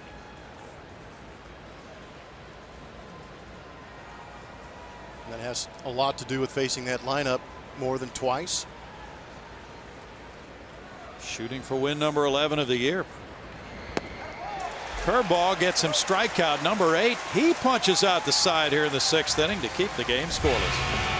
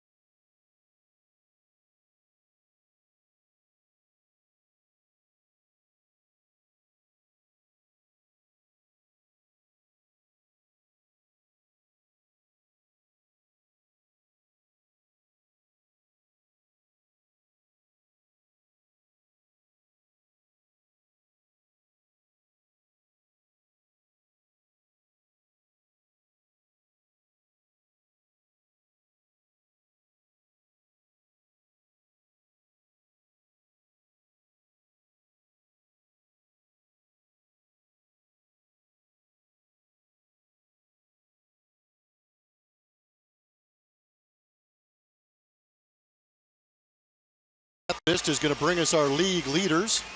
This is an interesting one. Most players 26 years old or younger with a 2.5+ WAR. Houston Astros have 3. Altuve, Correa, Springer. Chicago Cubs also have 3. Bryant, Rizzo, and Russell. And I think that's interesting in the fact that the Astros held on to a lot of their young talent. They like the young guys. They want to see those young guys produce. Therefore, they didn't go out there and get rid of some of these kids to go get some of that older talent that might be able to push them over the top. But again, we heard Jeff Luhnow talk about it. They are looking in the next couple of years. They're not looking exactly for this year. They believe in the team they have, but they are looking further down the road for a more consistent, competitive ball club. 0-0. George Springer leads it off in the 6th inning. He's been on base both times with a single to right and a walk. Taking ball 1 from Stroman, who has struck out 9 in 5 innings. The Rangers club is an older club. And you keep hearing about windows, you know, that window of winning. The Rangers obviously feel that this is their time. They're going to go out and make every effort to make it a better time. 2-1.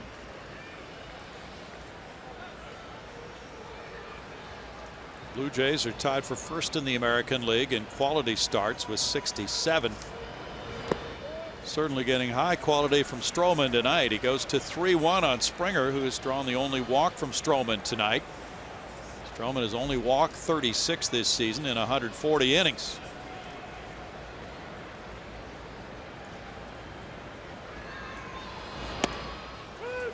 Strike 2, full count on Springer with Bregman and Altuve to follow in the Astros 6th.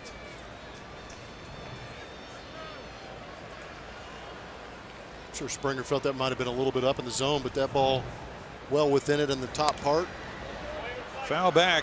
You know, bring up that point about the Rangers and the additions they made with Lucroy and Beltran today. And also looking at their pitching staff. Of course, they have Cole Hamels, who's one of the best around. Yu Darvish, if he is physically in top condition, a fine playoff type starter. Not sure who number 3 would be if they made the playoffs. But you could see why they would be angling for a starting pitcher, and they probably were, according to a lot of the reports prior to the trade deadline today. They were trying to find a starter. The Astros were trying to find a starter. I think the Dodgers were certainly in that boat. We mentioned they got Rich Hill. Hill has great numbers this year, but he's been hurt a couple of times as a blister right now. That's strike 3. 10 punch outs for Stroman. I'm going to go out on a limb and say if you've got 2 strikes on you, you shouldn't be taking a pitch. Yeah, it's tough. I mean, that's a curveball that backed up a little bit, didn't have that natural break that I'm sure Springer was anticipating. Stays in the zone, but again, when you're anticipating the nasty break, you don't get it. You have a tendency to lay off it, hoping it's going to be a ball. But we know today anything in the vicinity is going to be called a strike. Alex Bregman is 0 for 2, a strikeout and a ground out. There's ball 1. We're talking about a couple of area codes here for that strike zone tonight, right? Well, it was kind of funny to see Stroman at the end of that pitch. He was almost begging for it, considering how much he was getting off the plate. Fly ball out to left center for Pilar. 2 outs.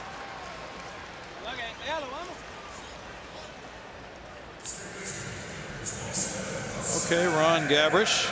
What umpire had the most erratic strike zone during your playing days, Plummer? I actually tweeted it back because it was instantaneous for me to say Angel Hernandez. Sometimes he'd have an extremely high zone, sometimes he wouldn't. He was one guy that I kind of guessed a little bit on and knew when I got to 2 strikes I was going to have to defend a little bit more often. Altuve has taken 2 third strikes tonight. Fastball strike 1. Altuve has not often struck out twice in a game this year. 10 strikeouts tonight, a career high for Stroman. It's 1-1. Altuve is hitting .292 with 2 strikes in the count this season, so this game is unusual for him. Tony Sipp from the left side. And Pat Neshek from the right side of the bullpen, 1-2.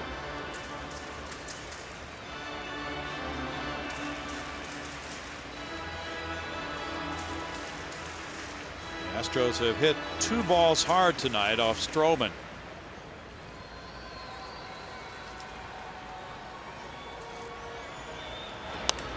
Altuve to left field, and this is going to break the 0-0 game and make it 1-0 Houston. Altuve with number 19. 2 strikes on that one, and he drove it out for RBI number 63.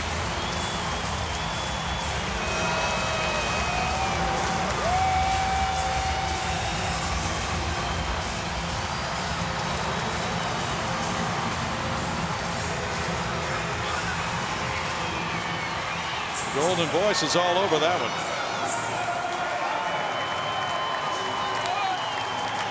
I just love the maturity. We're seeing Altuve become better every year that we get to watch him, but this year it really seems that there's been a maturity inside that dugout and being the guy that wants to be in the spotlight and make a difference in ball games. I love it. Strike to Carlos Correa. 0 for 2. There's the big blow. First run in the game, coming out with 2 strikes and 2 outs in the inning. Bouncer to second. Travis throws out Correa. Altuve's homer gives Houston a 1-0 lead through 6.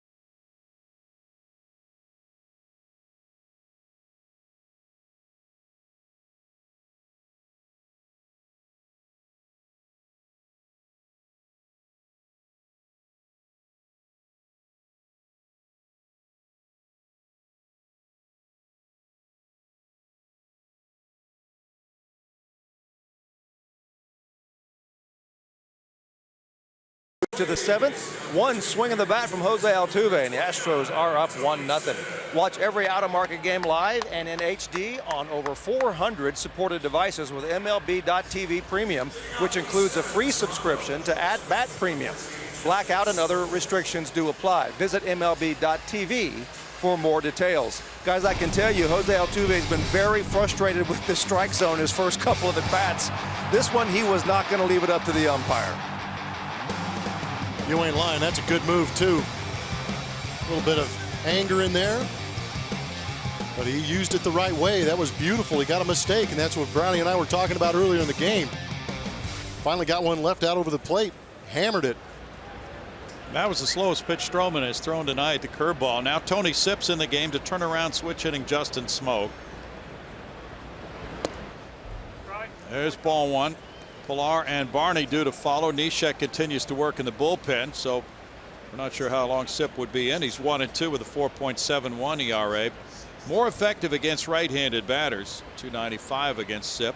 He pitched twice in Detroit over the weekend.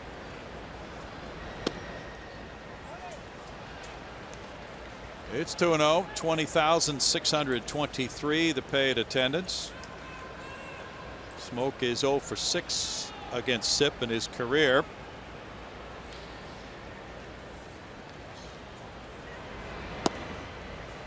Off the plate, and now it's 3 balls, no strikes.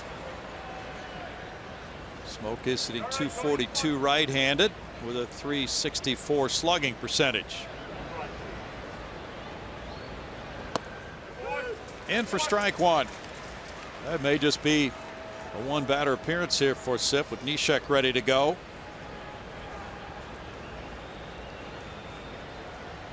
He worked a scoreless 8th yesterday at Detroit.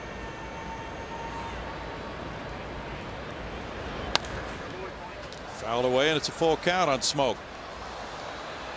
Doug Fister with a marvelous night's work in 6 innings, allowed 4 hits, no runs, walking 1 and fanning 8. It's the 3rd time he has pitched shutout ball in a start this year.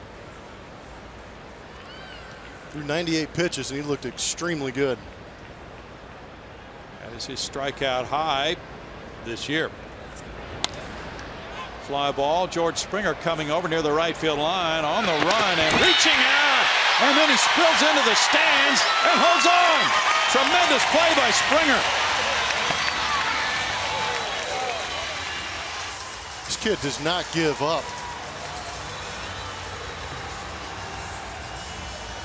As a fan, you worry about the injury history of George Springer, but he is playing extremely good baseball and playing extremely hard too. Selling out right here to make this play for Tony Sipp, and introduces himself to a couple fans in the process. That gymnastic training came in handy. Thank goodness for padded walls too. Oh yeah, holding on as he did the headstand. Almost. Hopefully didn't get down that far, but he was way down there. Colin McHugh loved it. Pitching change will bring in Pat Neshek. 1-0 Houston. More in a moment.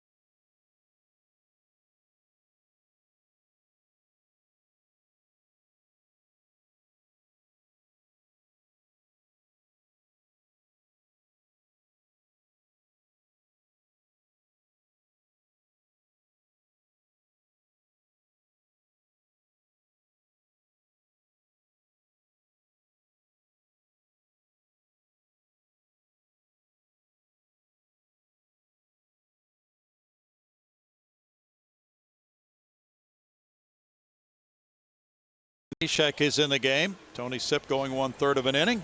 Neshek has a whip of 0.83, Blummer. Yeah, that's good stuff. He's doing a great job against right-handers. You can see right there that 118 average against with the sinker slider. Late swing by Pilar, strike one. Yeah, take that back. That was more wiffle ball movement right there. Keep that up. There might have been a Pokemon in there. You never know. I'm sure Bart will warn us if there is. Yeah, Bart's all over it. Ground ball, backhanded. Correa races, makes the throw, and there's the tag by White. He got him. So the throw drifted toward the plate, but White alertly came off the base and made the tag on Pilar. Oh, he tried to get back in there, and he tagged him again. That was entertaining to say the least. Yeah. Check this out. How smooth and silky is what Carlos Correa is with those soft hands. Throw gets away from him a little bit, but you got to give a lot of credit to Tyler White coming off the bag, making the tag. We will double check to see if he does. Looked like he got a piece of him. Yeah. And again, if they do review it, it's what they can see that will overturn the call. I think Tim Leeper, the first base coach, said, hey, he missed you, get back to first base. And he tried to come back. And watch this. Stealthy move.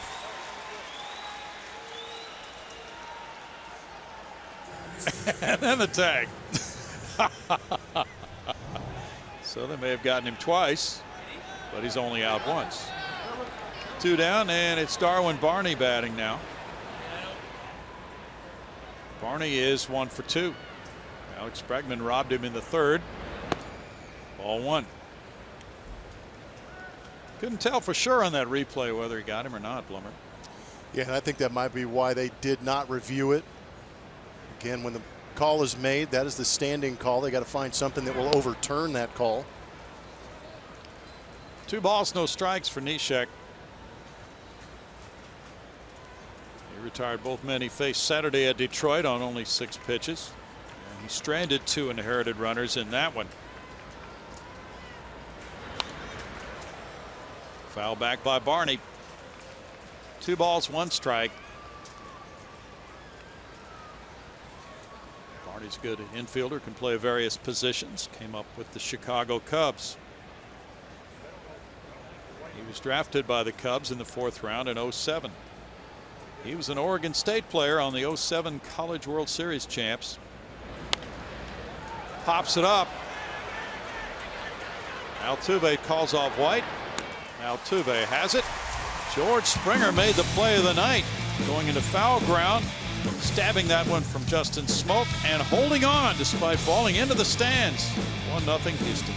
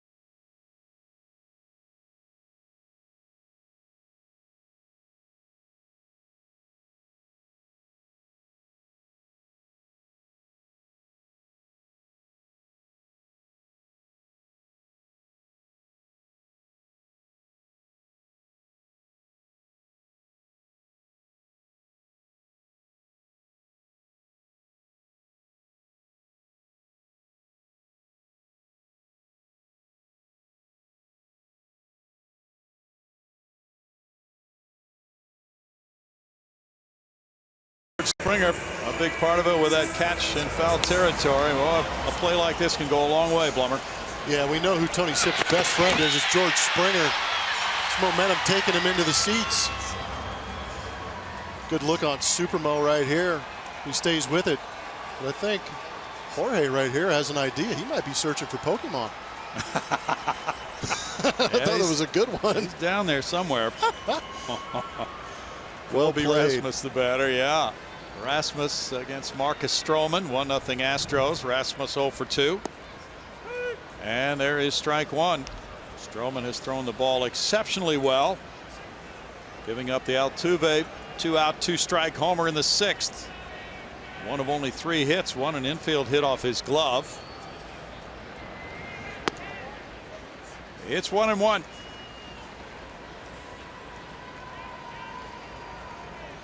The Astros have played 37 games decided by 1 run. They're 18-19.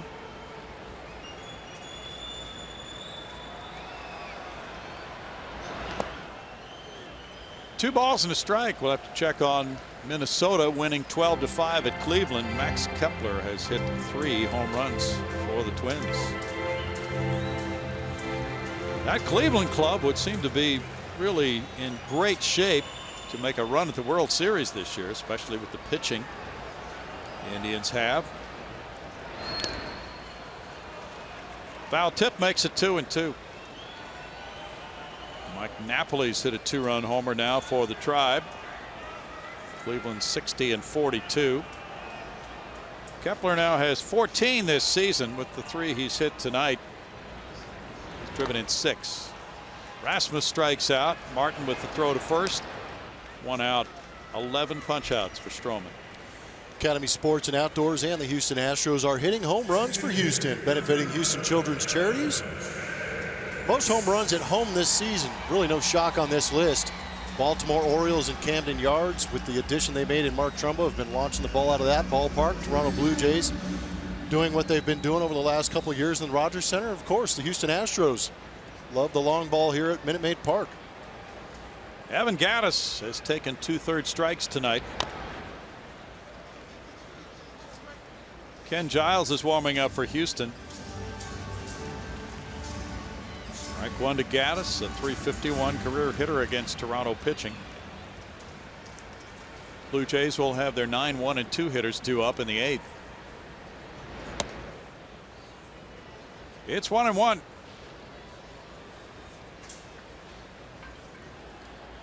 Giles there in the pen.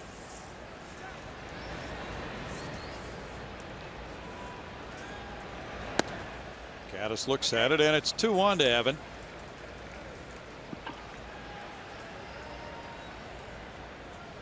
Jake Marisnick is on deck. Preston Tucker due up next.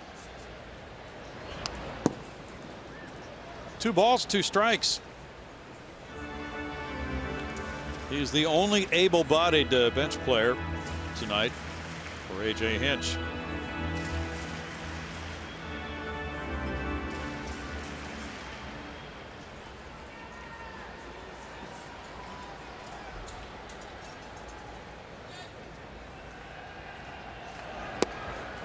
Gattis strikes out. That's 12 for Stroman.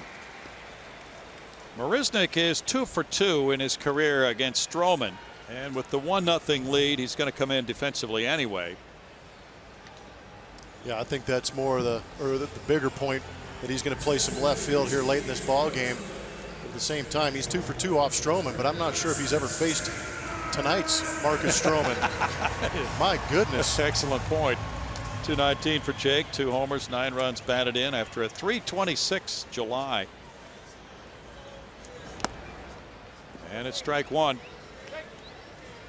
Stroman struck out the side in the 4th inning, getting the 3, 4, 5 hitters, Altuve, Correa, and Rasmus, and has a chance to do that here in the 7th.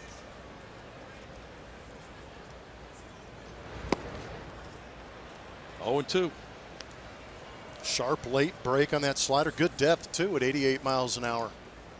Yeah, that pitch has really been disguised from these right-handed hitters tonight very well. Bounces that, and it's 1-2.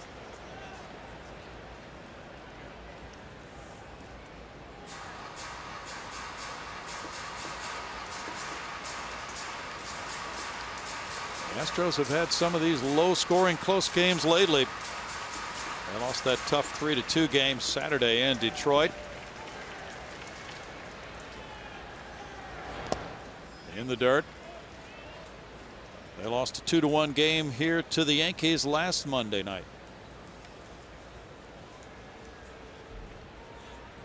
Yeah, they were 4-2 on that homestand, but they had swept the previous series, and then the Yankees won 2 of 3. Foul back.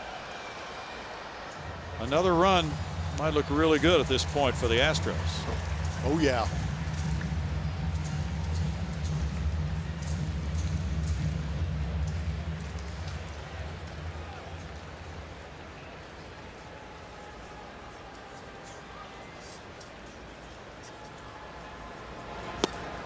Strike 3 call. That's 13 strikeouts for Stroman through 7 innings. 1-0 Houston.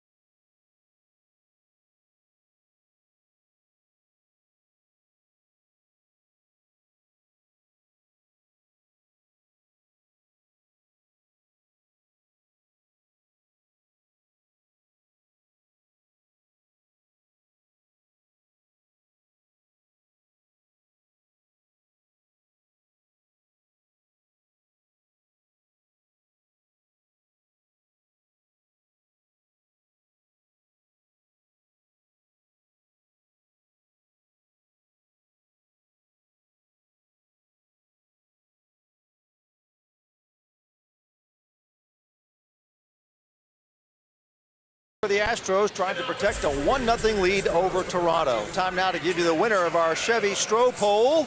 We asked you which Astros pitching prospect you wanted to see in the big leagues the most, and 52% of you said Joe Musgrove. Well, lucky for all of you, he's out there in the bullpen. We won't see him tonight, but you'll probably see him most definitely at some point during this homestand.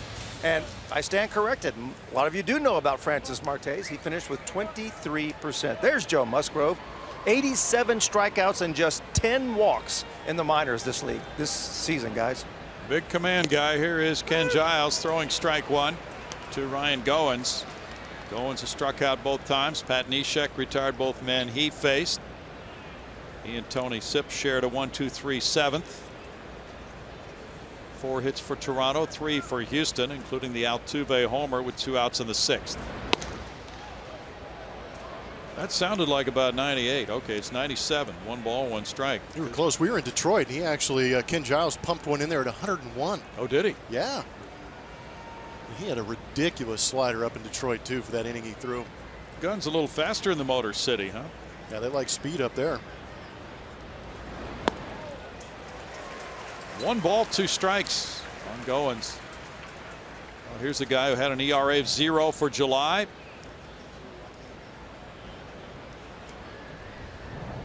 Joaquin Benoit's warming up for Toronto. Giles threw a perfect 8th Saturday, struck out 3, leads the club with 47 appearances now.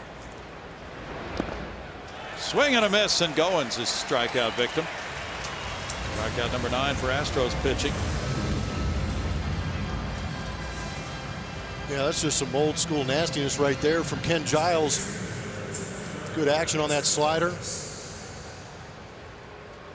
That's a total of 22 strikeouts in this game tonight. He's 1-3. His ERA down to 3.89. 2 walks and 18 strikeouts and 8 2/3 scoreless innings for July. Travis with ball 1 has a double in the 3rd inning. He's 1 for 3.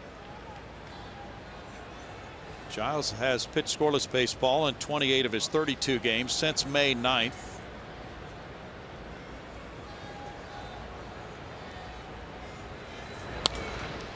Fouled away. It's 1-1. The strikeout of Goins was his 61st strikeout in 42 innings. He's averaging 12.96 strikeouts per 9. That's 6th among American League relief pitchers. Not too bad.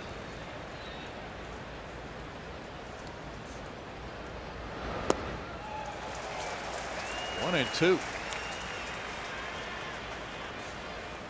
Not that I'd ever want to, but it would be interesting to be able to see what that, what the spin looks coming out of his hand on that slider, because some of the swings and misses he gets are pretty far off. That last one was tough to pick up out of the hand. He threw a pitch a couple weeks ago, and we didn't know. Well, we thought maybe slider, but kind of looked like a changeup. Well, and that's the thing. I think Ken Giles throws a slider similar to Brad Lidge, where it's not so much that slider angle coming out of the hand. It's how fast he brings the hand down. Right. So he says slider, but I agree with you. Some of them have a lot more depth and have that downward break to them. 2-2. So then I asked him the next day, what was that pitch? He said it was a slider. And I said, well, we thought it might have been a changeup. He said, I don't throw a changeup. I don't even know how to grip one. not when your arm action is going 1,000,000 miles per hour. Yeah.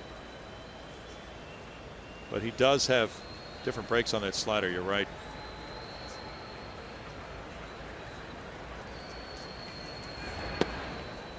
Not biting. 3-2 on Travis. And that's what I wanted to see right there too. Is it was a good job by Travis laying off that pitch. And sometimes if you can pick up that slider spin early enough out of the hand, you can lay off it. But it's so violent out of the hand of Ken Giles, you have a tough time picking it up. And it does remind me of Brad Lidge's slider, because Brad, you could see his slider, but you could not lay off it.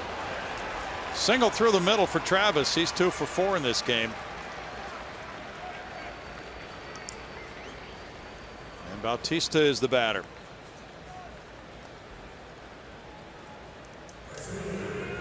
A 2.05 ERA since May 9th. Great strikeout numbers. for Ken Giles. 5 hits now for the Blue Jays. Bautista's grounded out twice and he's walked. And Brad Lidge spent some time teaching Ken Giles that grip on the slider. When Ken was with the Phillies, Brad living in that area, did some work with the Phillies. Snap throw to first. He's back in. Strike 1 to Bautista.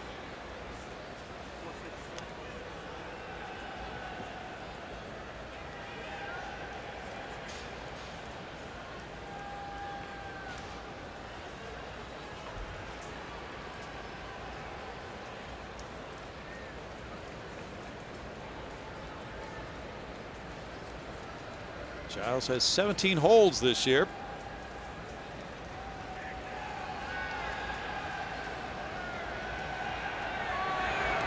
In the dirt, good stop by Castro, and it's 1-1.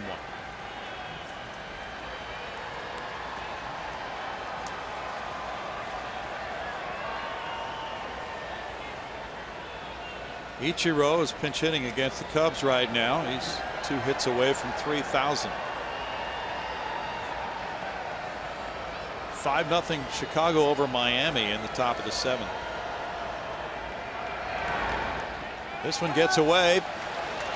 Travis advancing to second on the wild pitch.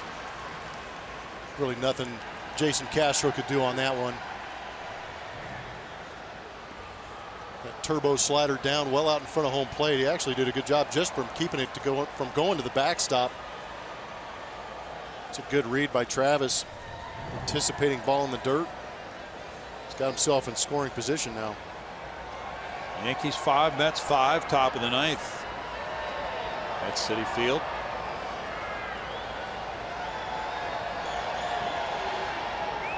A lot of teams have the night off. Fastball foul back. That makes it 2-2. Nationals 4, D-backs 1, top of the 2nd inning in Arizona. Red Sox and Mariners scoreless, bottom of the 1st in Seattle.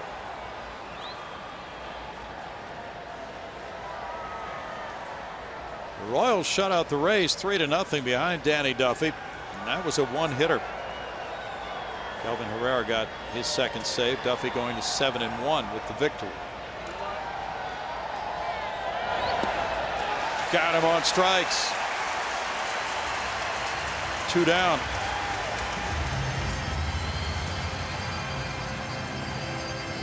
Another look at that slider again, Brownie. This is that one you're talking about. Kind of backs up going down and in. Really no answer for that one. It's hard enough to hit the regular one. Then you get a funky break like that. Really no chance. And an interesting number that's actually gone down. But hitters are hitting 038 against the slider from Ken Giles since May 1st. Ooh. And that's gone down now because now hitters are 2 for 53 off that thing. Encarnacion is 1 for 3.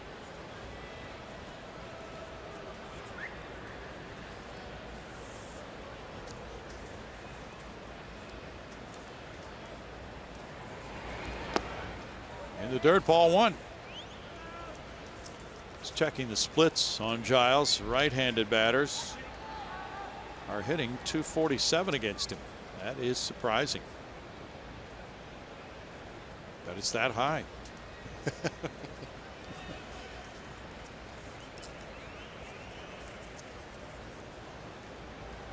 White, Castro, and Springer are due up in the Astros 8th inning.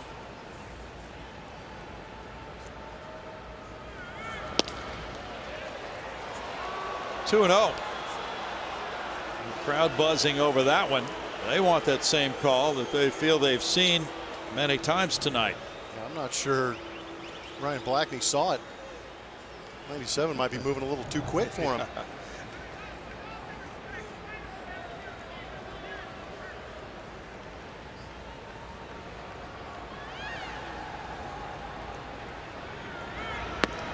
Ooh. 2-1. That's tough. That is tough. 2-0, and you see something like that because it jumps out of the hand of Ken Giles. Looks like the heater immediately. And then you do what Edwin Encarnacion just did. You start your swing and cannot stop it. No, sir.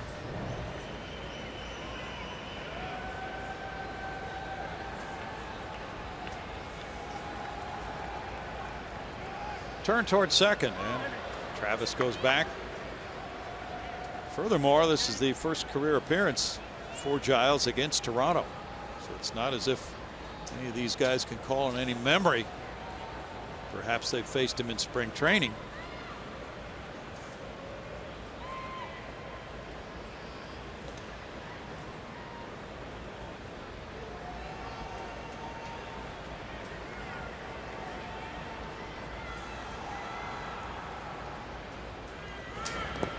In the dirt, this kicks away. No throw to third by Castro.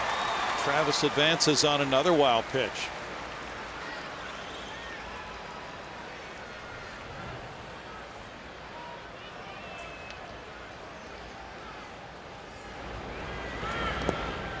Again, good read. Good base runners know when a pitcher likes to go to their slider. Ken Giles is one of those guys. Therefore, Travis is anticipating that. But again, Castro keeping it in front of him, not getting to the backstop. That comes into play right here with a runner at third base. So the fastball is ball 4. And now Saunders will come up. And sometimes pitcher may not want to throw that slider with the runner at third base, afraid that it might get away again from the catcher. That is very true. Saunders is 1 for 3.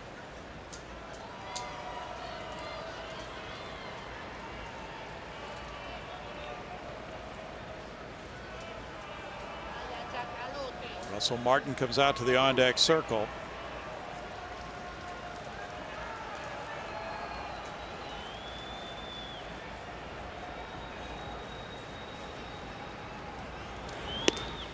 Strike.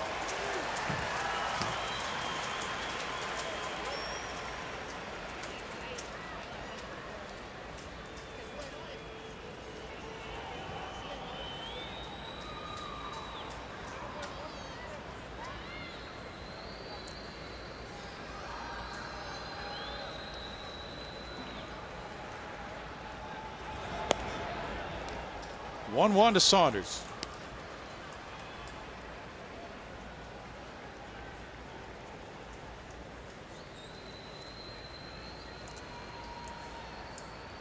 Blue Jays won 93 games last year. They won the AL East by 6 games.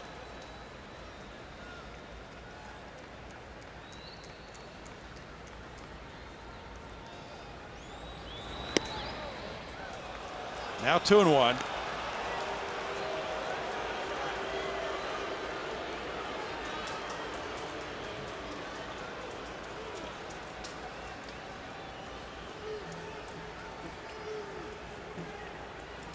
Should be quite a dogfight in the AL East. Toronto, Boston, and Baltimore. Currently Baltimore the top team. Foul back.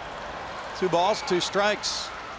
Yeah, I was kind of curious to see what Baltimore was going to do as far as their starting rotation. They have issues, but I don't think they have as many issues as the Boston Red Sox. The Boston Red Sox are going to score runs. Yeah. But it's just crazy to me that they, you know, how long can they continue to score 6+ runs per game? That's the thing. Yes, it is. They need some starting pitching to help out that offense every once in a while. Baltimore picked up Wade Miley in a deal from Seattle. 2-2 to Saunders. 2 on and 2 out. He stays alive.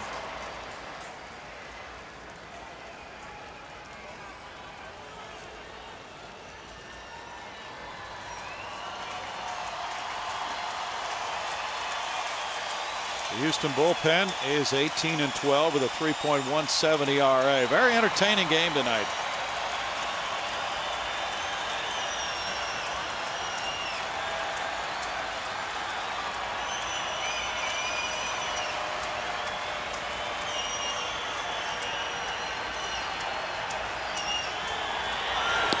He got him looking.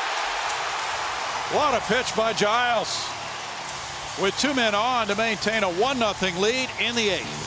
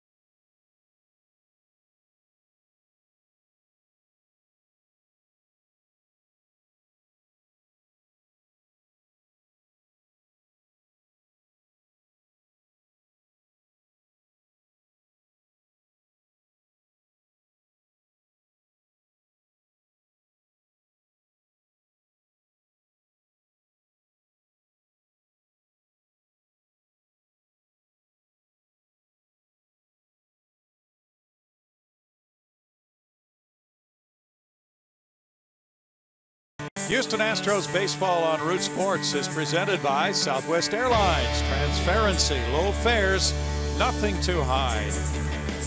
And by Lexus, the new 2016 Lexus ES and ES Hybrid. It's next level luxury. Jose Altuve's 2-out, 2-strike homer in the 6th inning has provided the only run in this game. Now the Astros come up in the home 8th inning, leading 1-0. And relief pitcher Bo Schultz is on the mound. They're voting for Altuve in the upcoming elections. It's a pretty solid choice. Oh, yes. Schultz in 11 innings has no decisions, an ERA of 3.27, Blummer. Yeah, not a bad whip either, getting down there near the 1. Again, he's a young kid who's going to come at you with a fastball. He's averaging 96 miles an hour on that fastball. The changeup almost 88 miles an hour. He has a cutter and a slider also. Tyler White is 1 for 2. Got an infield hit off the pitcher's glove. That's strike 1 to White. What a night for Stroman. 7 innings, 3 hits, 1 run, 1 walk, 13 strikeouts. New career high in strikeouts for Stroman. Foul back, and it's 0-2. As far as these Astros hitters are concerned, if you poll them right now, they'd probably be in favor of facing anybody other than Marcus Stroman, the way he's throwing tonight, especially with that cutter he had.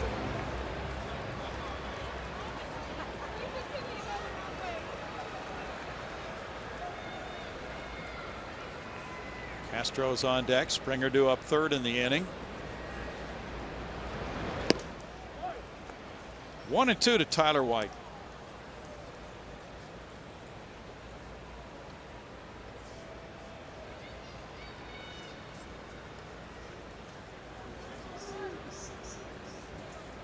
Will Harris is warming up for the Astros.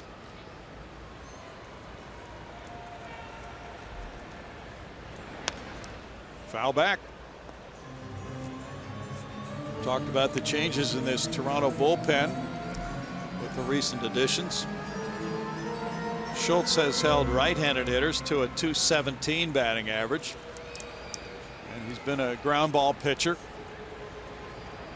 58% of the balls in play against him have been on the ground. Punched out towards second base. Travis, 1 out. Castro will follow.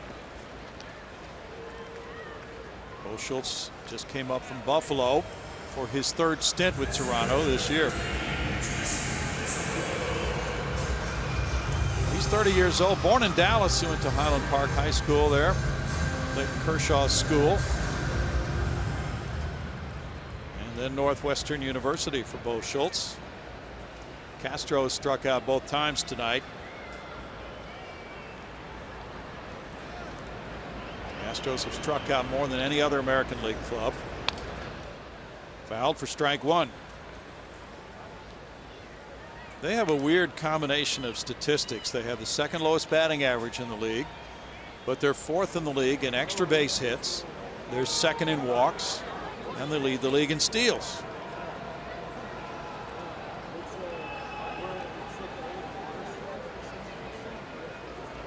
I thought you were going to finish that and explain it for us, Brownie. Nope, no explanation. 1-1.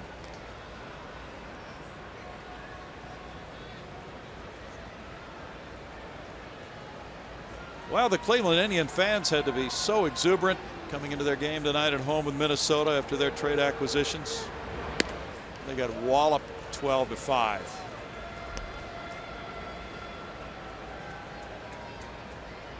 (2-1) to Castro, and now the trades play out. It's going to be fun to watch.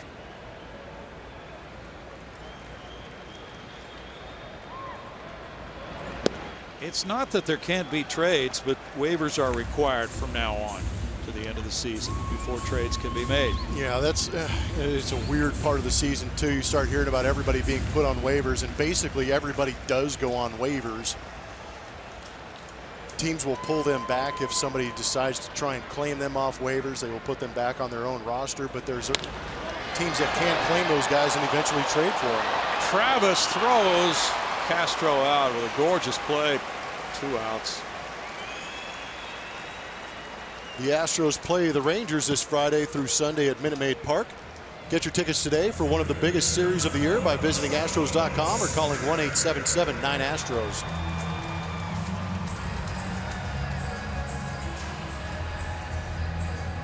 What a big weekend that's going to be. That's going to be a good one. Now George Springer, a single, a walk, a strikeout. Yeah, so that waiver process will begin very soon for these teams. They'll start putting groups of players through on waivers. Barney completes the 8th inning. We go to the 9th, and it's 1-0 Houston.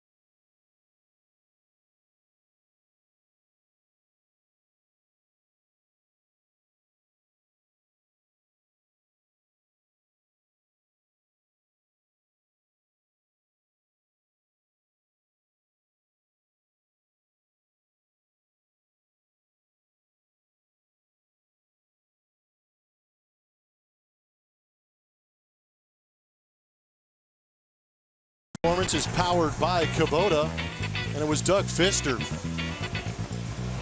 waiting to have that young child become a father. He went out there and dealt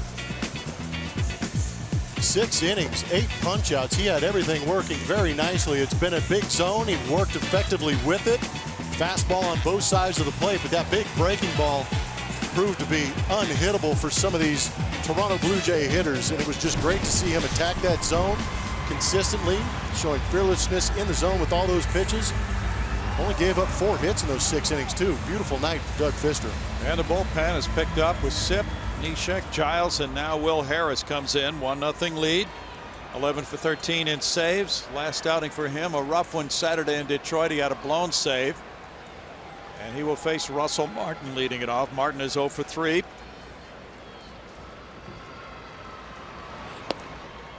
There's ball 1. Harris got the first 2 outs in Detroit with a 2-1 lead, and then wound up a 3-2 loser, giving up 2 runs, one of them earned in 2/3 of an inning.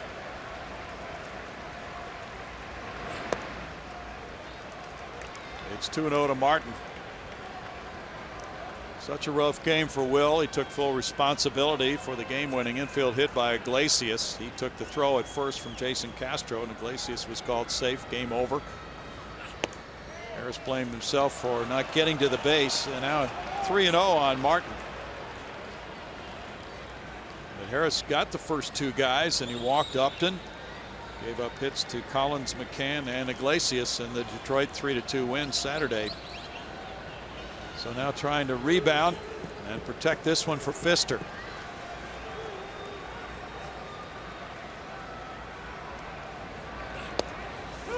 In for strike 1. Justin Smoke is on deck. Kevin Pillar's due up 3rd. The only left-handed pinch hitter available for Toronto's Josh Thole, the backup catcher. They certainly have last year's MVP Josh Donaldson on the bench. They have Troy Tulowitzki, who has a chip fracture in his thumb, on the bench.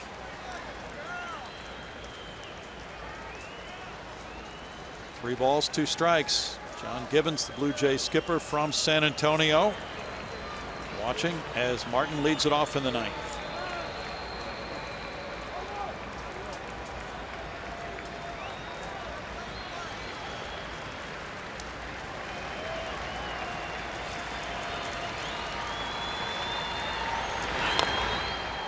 Bounce behind the plate, still a full count. Of the 5 Toronto hits, 4 have been singles. Travis had the only extra base hit, a double in the third.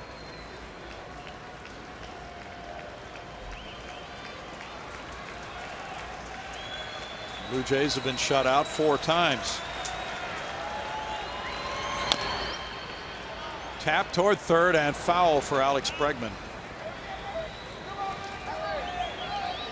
Toronto club with 518 runs. Very powerful, explosive. Just tough to keep down for any length of time.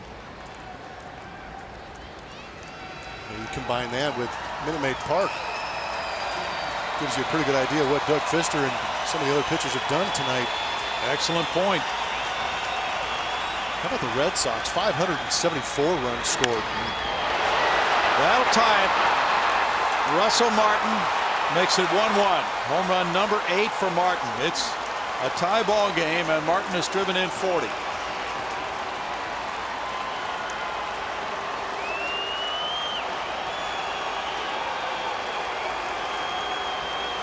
Fall behind a veteran hitter like Russell Martin, and you have to continue to throw fastballs. The more he sees, the better he's going to be, and he got the barrel out on that one.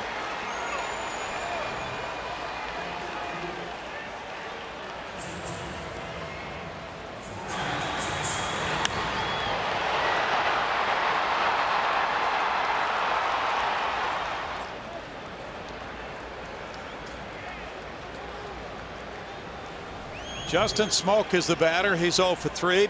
Chris Davinsky up in the bullpen. Ball 1 to Smoak. That's 150 home runs for the Blue Jays. They're second in the American League in long balls. They've hit 76 on the road. Banged off the foot of Smoak. 1-1. That takes a win away from Fister. Takes a loss away from Stroman.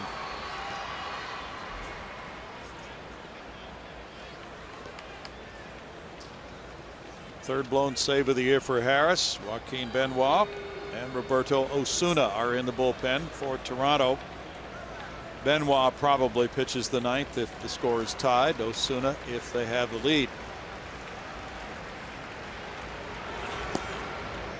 Curve bounces and it's 2-1. Luke Gregerson started the year, as you know, as the Astros closer. He was 14 for 19 in saves. Harris taking over, now 11 for 14 in saves.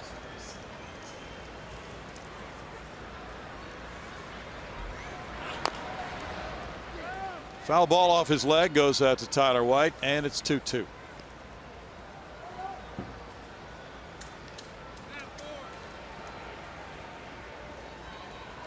Max Kepler of the Twins finished the night 4 for 6 with 3 homers, 6 runs batted in. He's hit 11 homers since July 1st.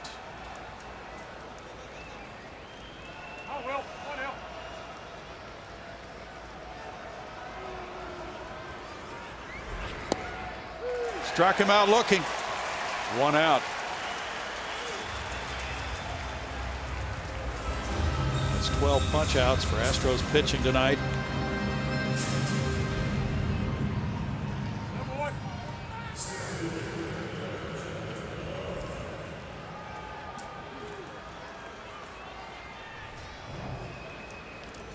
Kevin Pillar is 0 for 3.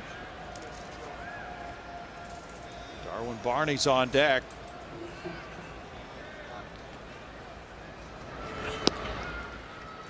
That's ball 1. Gangster Baker wants to know if, as a general manager, would you rather mortgage the future but win a World Series or build a team that might win multiple times in the future? 1 ball and 1 strike. I think every team has to evaluate the situation they're in. We talked about it earlier in the ball game, how the Rangers are a little bit older.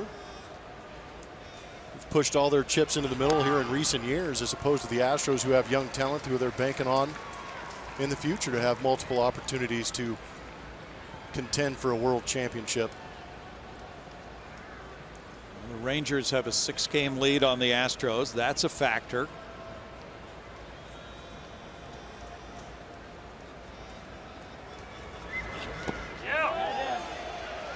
He went and struck out. Also, remember back to last year when the Astros were leading, they made a couple of stretch drive deals. They did reach the playoffs, but you couldn't say those stretch drive deals were wildly successful. That is true.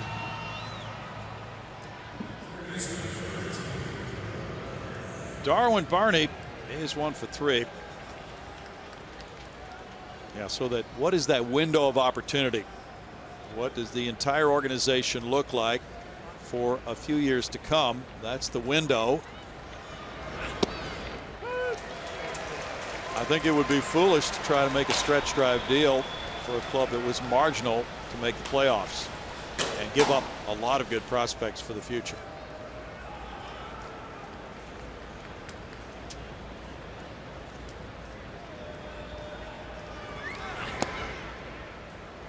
One ball, one strike. It's as scientific as you can make it, but it's baseball. It's sports. It's people playing a game. Yeah, and there's no guarantee that all these trades are going to pay off and work and get them as far as they think that it's going to work. No guarantee.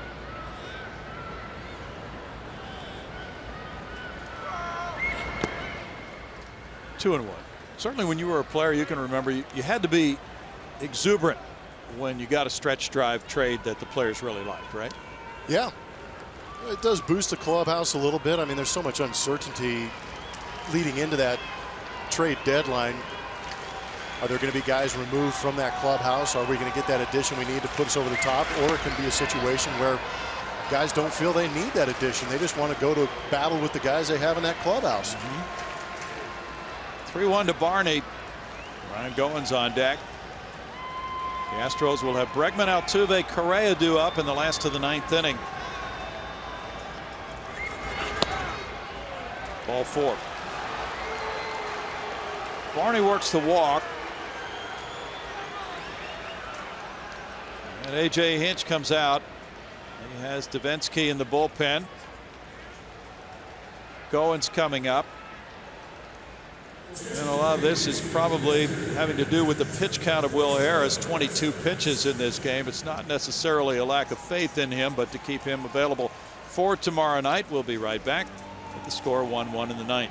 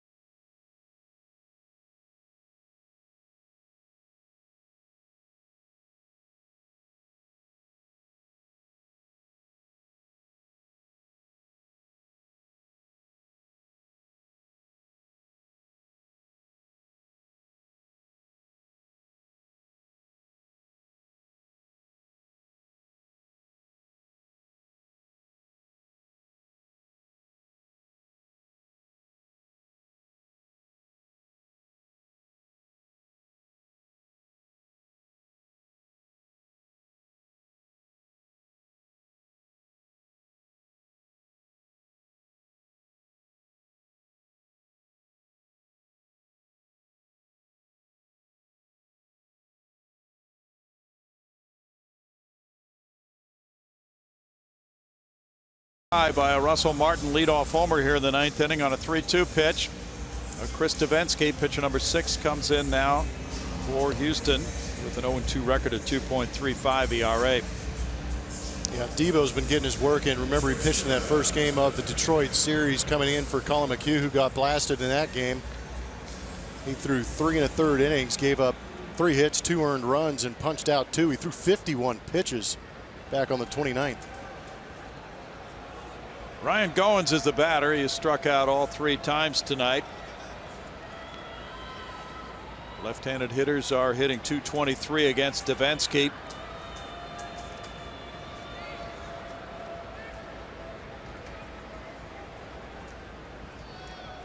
Barney takes off, and there's a ball hit in the air, foul left field side and out of play.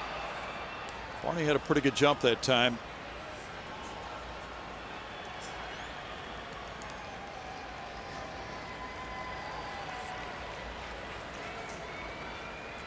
And you might see a throw over to first base before this next pitch to Goins.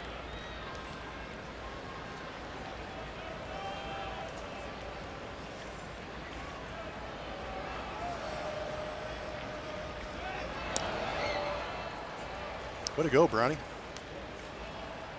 Not that tough to predict, was it? Come on. You're all over it. Devo, 25 years old, from Cerritos, California, went to Cal State Fullerton. Bouncer Altuve gets the big hop, throws him out. 1 run, 1 hit. Martin ties it with a home run. It's 1-1.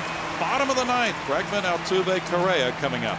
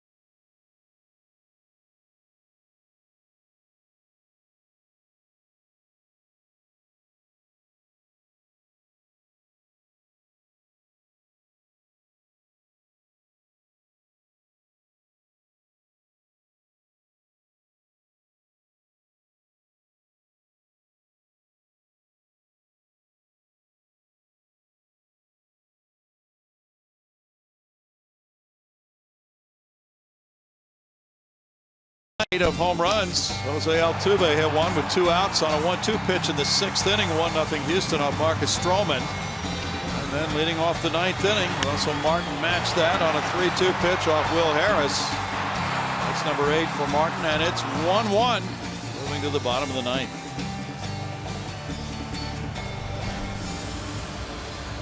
Astros fans hoping it's a last at-bat victory with Bregman, Altuve, Correa coming up against pitcher number 3, Joaquin Benoit, a newcomer to the Toronto bullpen.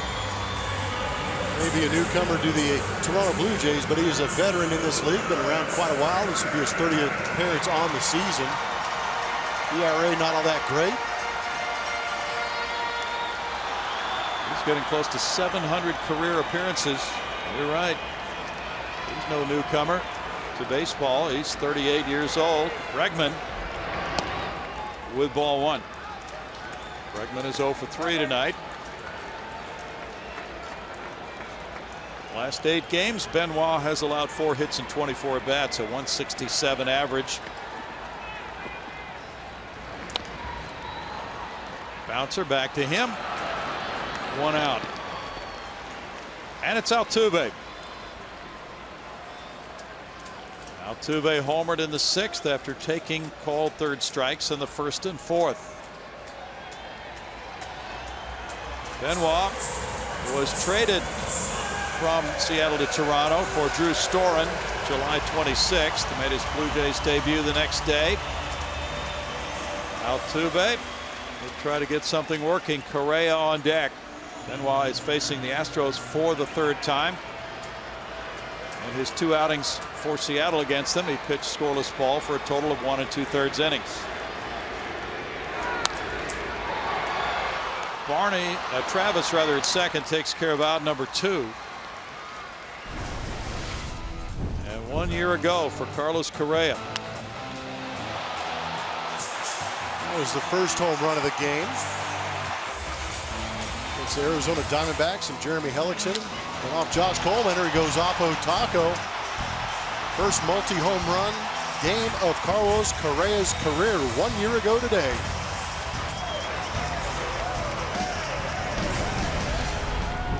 Colby Rasmus on deck.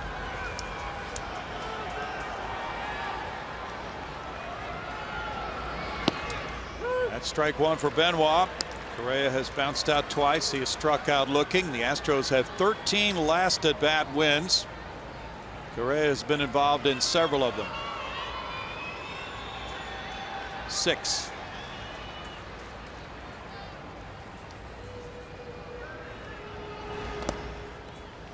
One and one. Benoit was signed by the Texas Rangers in '96.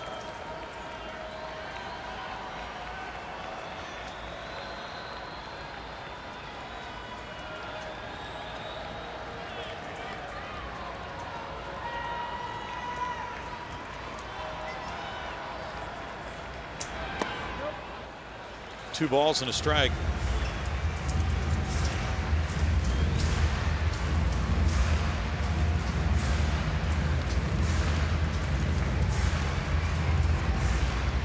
We had a question on Twitter involving the trade today with the Astros and the Blue Jays involving Scott Feldman. The question was, could he pitch in the game tonight? Yes, he can. He's in the Blue Jays bullpen.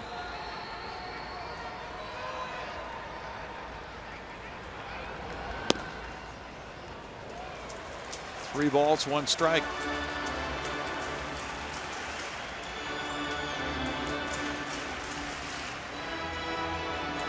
Correa hit a 3-run game-winning homer in the top of the 13th at Anaheim to beat the Angels May 29th.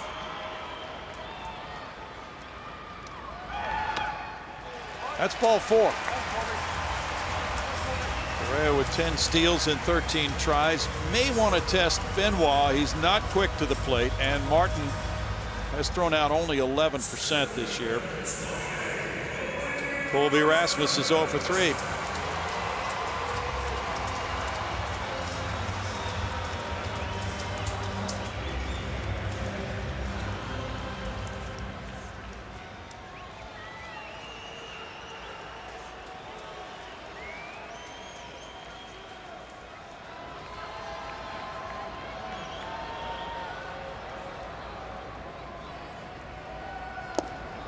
Strike to Colby.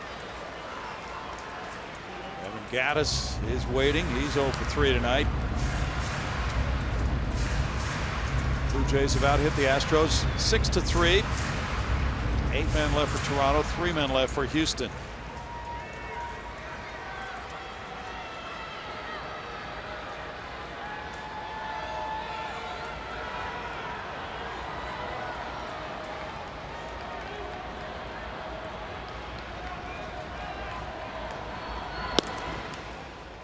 One and one.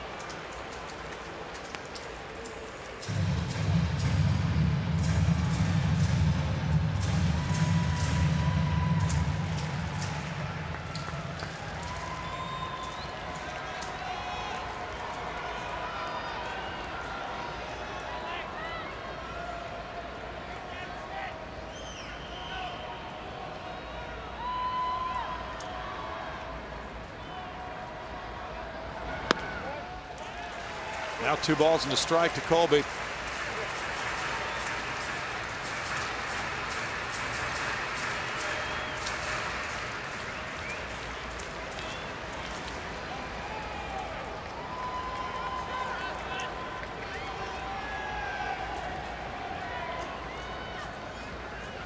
Barney's about halfway between second and third on Rasmus.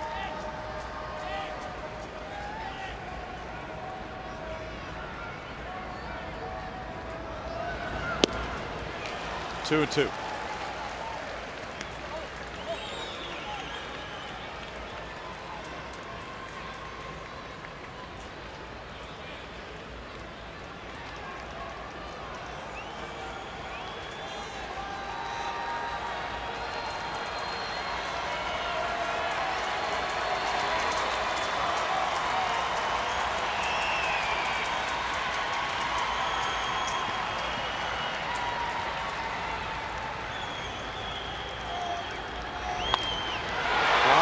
To left field.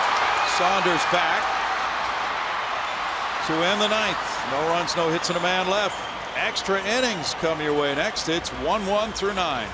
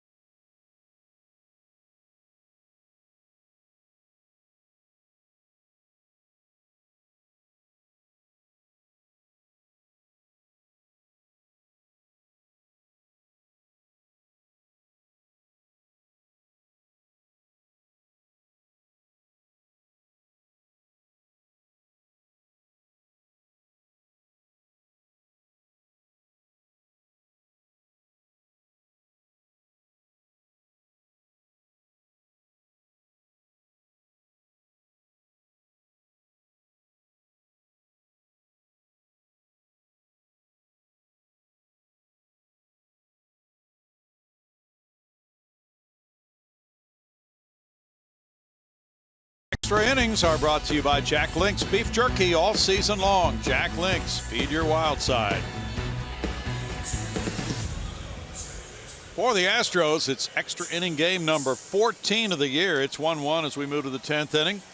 They're 8-5 in extra frames, and 4-7 is Toronto's extra inning record. Chris Devenski comes out for the 10th inning. Luke Gregerson has not pitched in this game tonight. Michael Feliz has not worked either, and Joe Musgrove is the third reliever who has not been used. Devin Travis has 2 of the hits tonight. Fly ball out to center field. 1 out as it goes to Rasmus. Will Harrison 2/3 of an inning, allowed 1 hit, 1 run. He walked 1 and struck out 2. Jose Bautista is 0 for 3 with a walk.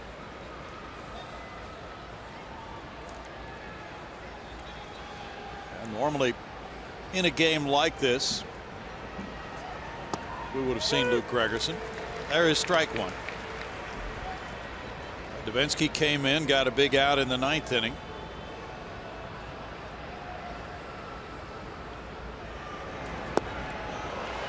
Oh, 2 to Bautista. Quite a rookie season for Devo. He's been put into more and more important situations along the way. This is 29th major league appearance. 1-2, and it'll be interesting to see how Joe Musgrove does.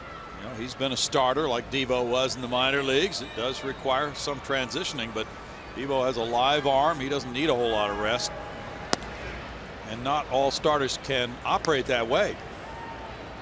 2-2. His arm really bounces back well.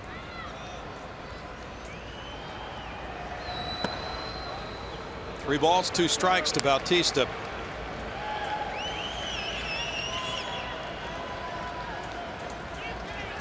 Joe Biagini warming up for Toronto. Foul tip strikeout. That's a big one. 2 outs in the 10th. Yeah, there's not too often we get to see that breaking ball from Devenski because he's such a fastball changeup heavy type pitcher, but right here we saw a couple of good breaking balls in this at bat, staying away from Jose Bautista for good reason. Gets the strikeout.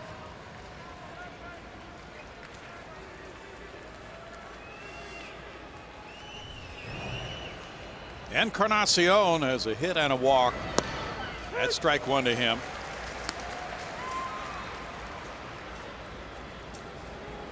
Saunders is on deck.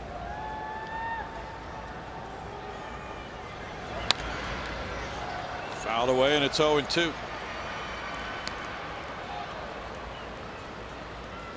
Levinsky was an all-star last year at Double-A Corpus Christi. Made 17 starts and 7 relief appearances. Just off the edge, and it's 1-2. Seen worse pitches called for strikes tonight. Yes, that's right.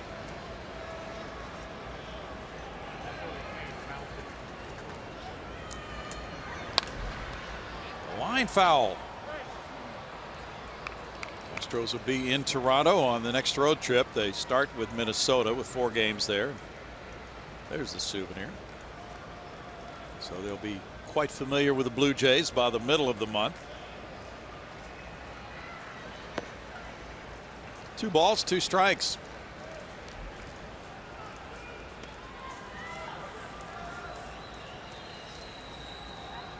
Last year the Astros won the season series 4-3, and they took all 4 at Minute Maid Park.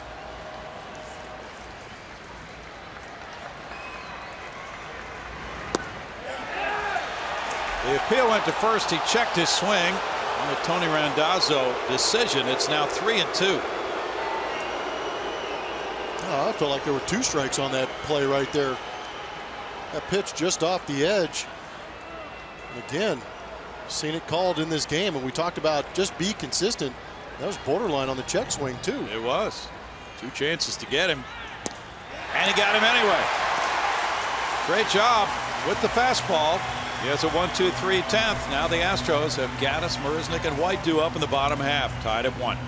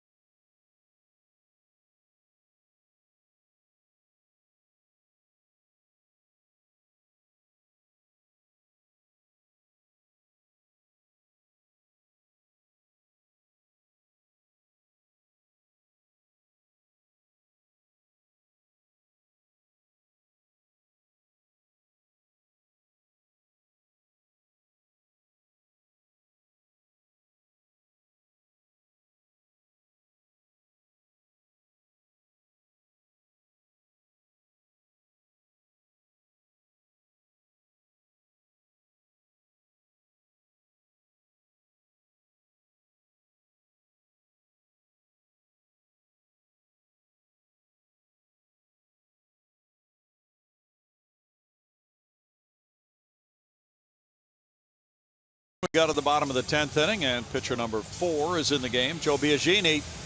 He's 26 years old from Redwood City, California. He went to Cal Davis. The Giants drafted him, and then he was a Rule 5 pick last December by Toronto. He's done really well in his rookie season. 3-2, and in 40 2/3 innings, he has not allowed a home run this season. Blummer. Good time to change that. Biagini's going to come at you with a fastball around 94. Also has himself a changeup, curve, and a slider. Last year he pitched at Richmond as a starter, and he was 10-7 with a 2.42 ERA. Excellent control. Evan Gaddis leads it off. He has struck out all 3 times tonight.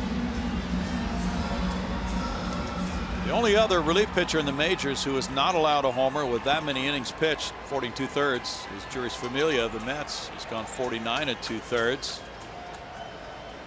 7 straight scoreless outings for Biagini, covering 8 2/3 innings. And there's strike one at 94. Joaquin Benoit in 1 inning allowed no hits, no runs. He had 1 walk, no strikeouts.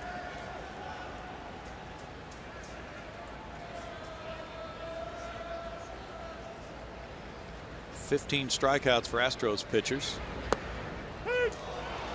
That's strike 2. 13 strikeouts for Blue Jays hurlers tonight.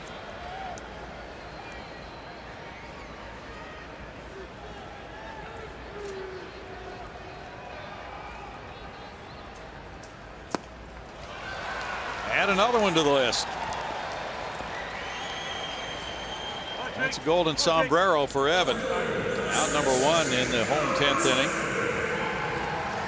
And it's Jake Marisnick batting. Marisnick struck out looking in the 7th.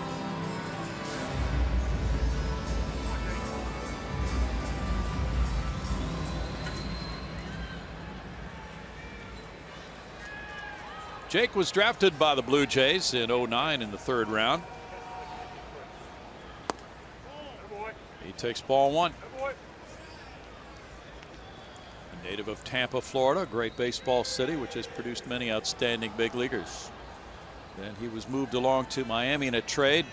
12-player deal after the 2012 season.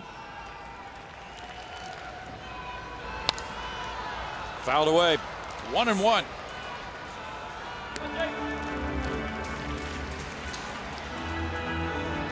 Tyler White's on deck.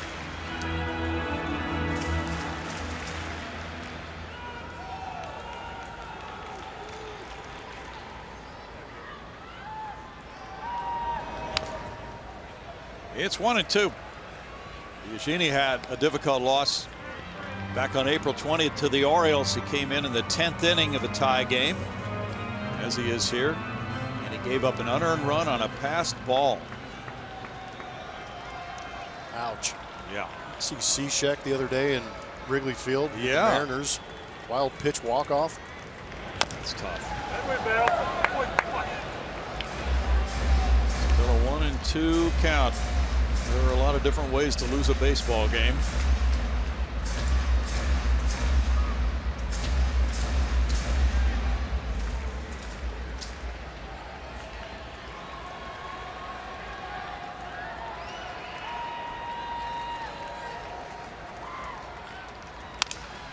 Broken bat. There's the play by Barney.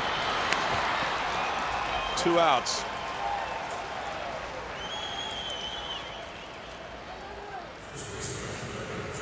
Tyler White will bat.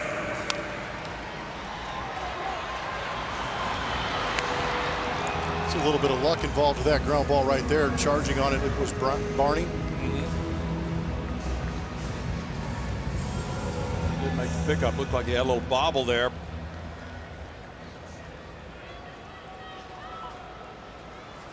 White ripped a line drive caught by Pilar in left center in the 3rd inning. Then he singled off the pitcher's glove and he grounded out. In the dirt for ball 1. Jason Castro on deck.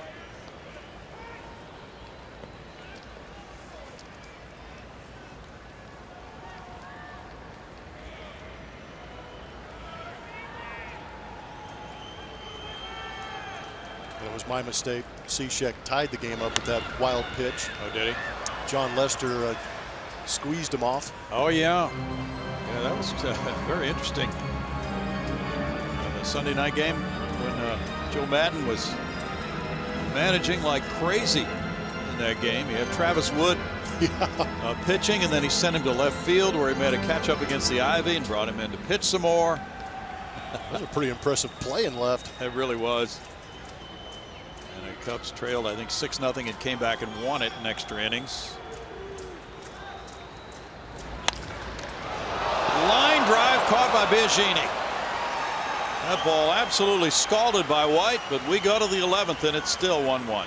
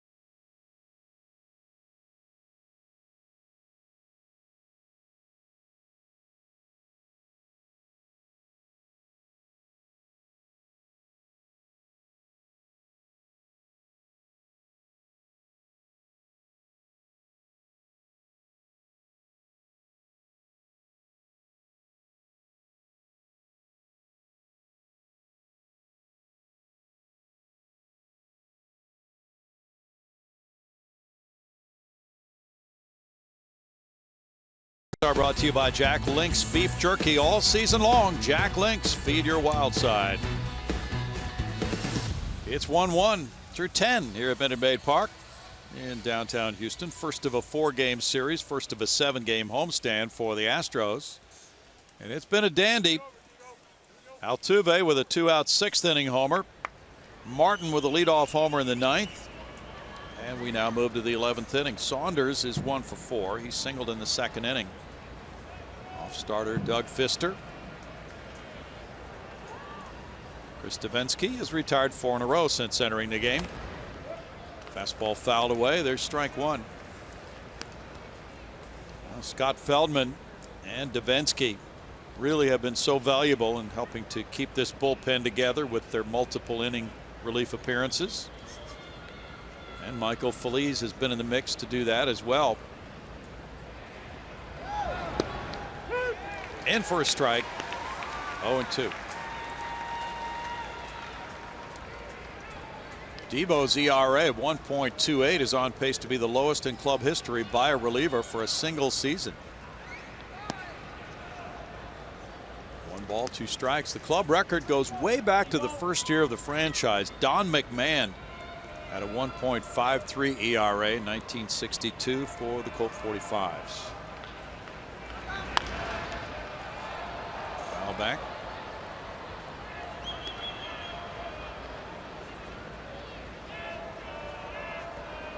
Club record for a rookie reliever in a single season belongs to Dave Smith. He had a 1.93 ERA in 1980.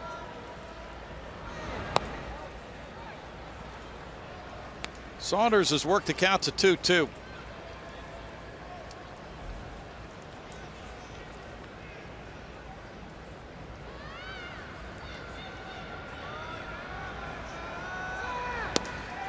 Struck him out. That's 3 in a row for Debo. Yeah, Debo's doing some work right now, isn't he? He is. Saw some good curveballs to the right-handed hitting Jose Batista. Getting Michael Saunders on a couple of great changeups. He's over the 70-inning mark, mostly in relief. Russell Martin homered in the 9th to tie it. That's strike 1. For the season, the Astros relievers prior to tonight had worked 340 innings. And that's kind of in the upper echelon in the American League. 1-1. That is some 52 innings more than the Toronto bullpen had worked before tonight. Pretty significant.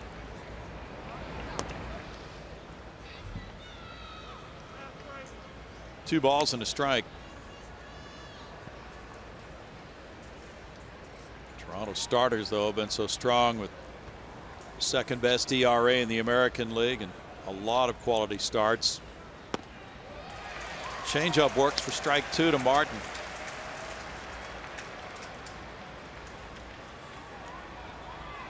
Debo's fastball is a little bit livelier in relief than it was as a starter, but he did fine as a starter.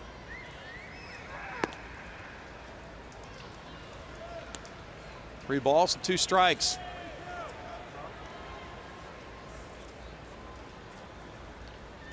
He had some starts back in late April and early May. He's worked exclusively in relief since mid-May.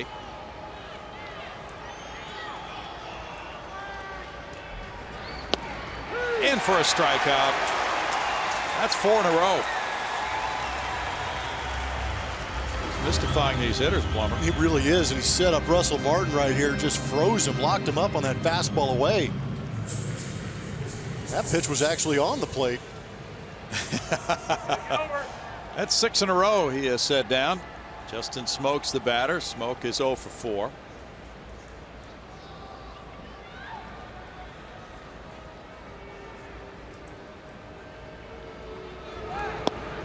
Inside ball 1. You've probably faced guys who fall off to the first base side like Devo, but he just looks a little unusual compared to other guys we've seen down through the years in doing that.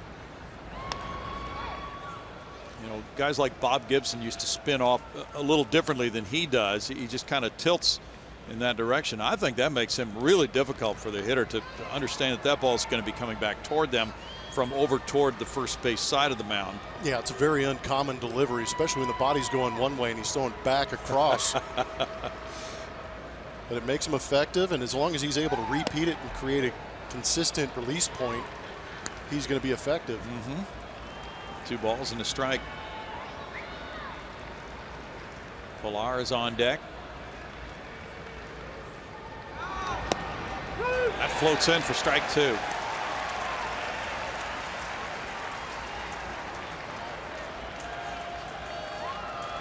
.32 pitches so far for Chris. Well, watch that front shoulder. Keeps it square, but he falls off towards that left-handed hitter. Foul ball keeps it at 2-2.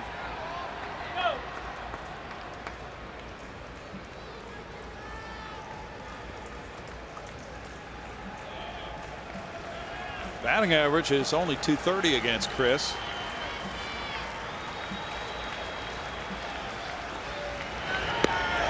He gets another punch out. That's 5 in a row for Chris Devenski, sending this game to the bottom of the 11th. Castro, Springer, Bregman due up. It's 1-1.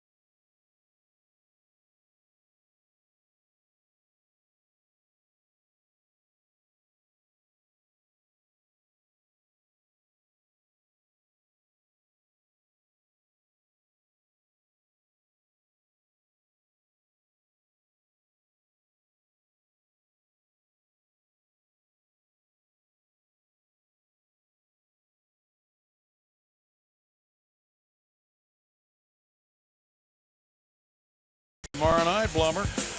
He is. He's been pitching well. Month of July has been very nice to this young man. He has been a spark plug in this rotation since he's come off that DL with that electric fastball curveball combination. There's a very high spin rate on that, and if that pitch is going well and he's able to locate that fastball, he's going to have another good night tomorrow night against these tough Toronto Blue Jay hitters. Matching up with R.A. Dickey tomorrow. Be a study in contrast. 1-1 as we go to the last of the 11th inning. The Astros pitchers have struck out 18. That's one away from their season high of 19 set against Baltimore May 24th in a 13-inning game. Jason Castro is 0 for 3. There have been 14 punch outs by Blue Jays pitchers. Ground ball, and that will beat the shift. Leadoff single by Castro.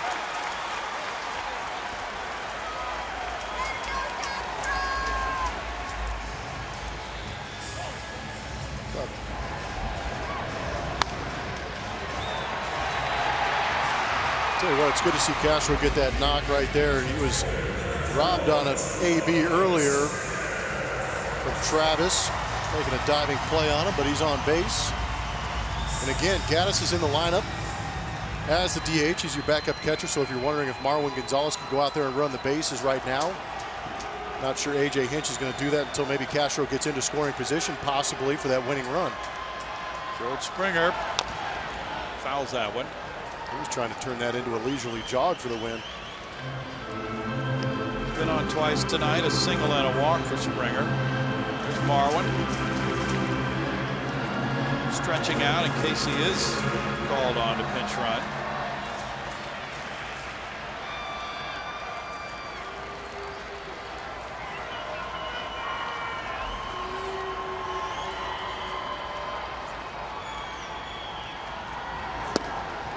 In for a strike for Biagini, and it's 0-2. George might have been looking for something else right there. Springer had a walk-off homer against Arizona in the 11th inning, June 1st. 8 walk-off wins for the Astros this season.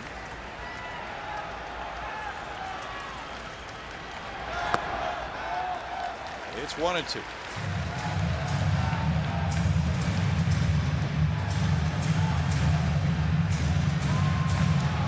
Blue Jays, striking out 18 times, have tied their high for a single game this year.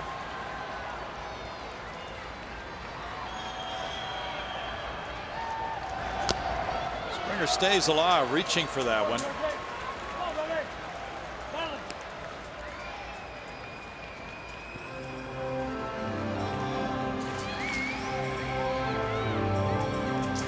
Nationals D-backs 8-1, bottom of the 4th inning. Steven Strasburg on the mound. All kinds of run support. Red Sox and Mariners scoreless at the end of 5. And Rodriguez pitching for Boston at Seattle. Up the middle, and there's Travis tossing, and a middleman not in time on the Goins relay, but a slick play by Travis up the middle, tossing to Goins for the force play on Castro. Good hustle by George. That was a heck of a play up the middle between Travis and Goins. Good pickup. Pretty good turn with that runner bearing down on him. But again, with these slide rules, really no need for the shortstop to panic about getting hit.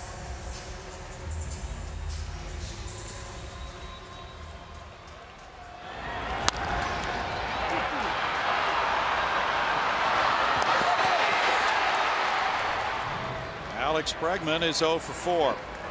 Springer stole a base in the 1st inning. His 7th of the year. Strike to Bregman. Altuve on deck.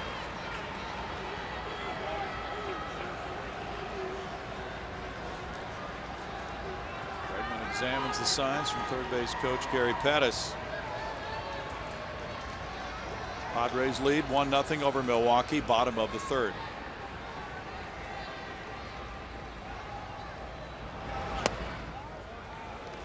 One and one.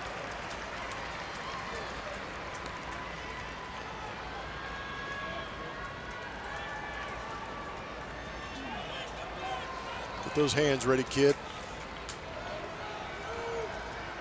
Brett Cecil, a lefty, is warming up now for Toronto.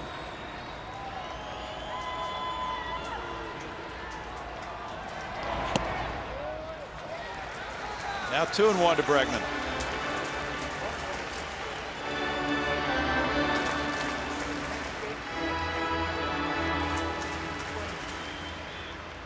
I think the hardest part about being a young hitter is trying not to do too much. Stay within yourself. Do what you did to get here.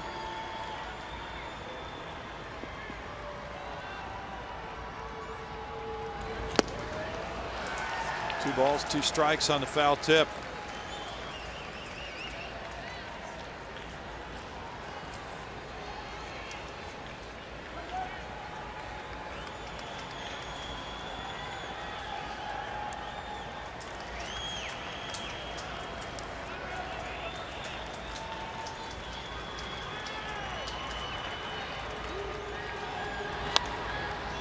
Fouled out of play.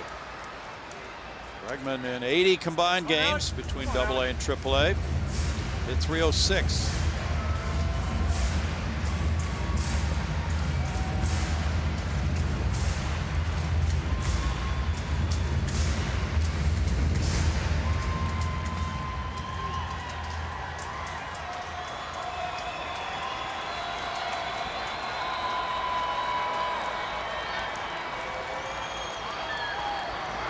Takes off, and it's fouled. George went diving head first into second base. It's a nice play by Altuve on deck off the net. I didn't see that. Oh, he's giving it to a kid now. Okay.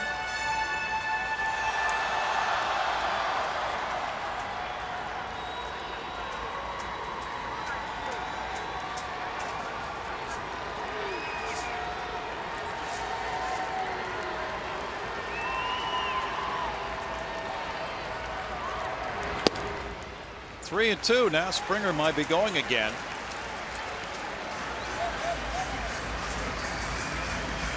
Here again, 3-2 count. See the ball, be short and quick to it. He's got a great stroke. Trust those hands. Shoot a gap right here. Don't try and get too big. Just shoot a gap. You get a ball in the gap, George Springer's going to run and score easy. Springer goes, and it's a strikeout. Springer will stop and go back. Throw is dropped. It's thrown back to first, but not in time. It's a strikeout for out number 2. Springer back to first base. To bring George some oxygen. Yeah. They've been doing that mad dash back and forth. Astros get a break when the throw from Martin bounces, and then Travis couldn't get it back to first in time to get Springer. Yeah, that's a big play right now, because if they double him off, guess who's not hitting in this situation? You bet. Also, again, George Springer beating out that ground ball and not turning it into a double play has also led to this situation to have Altuve up right now. 1 for 4 tonight. A home run in the 6th inning, his 19th of the year.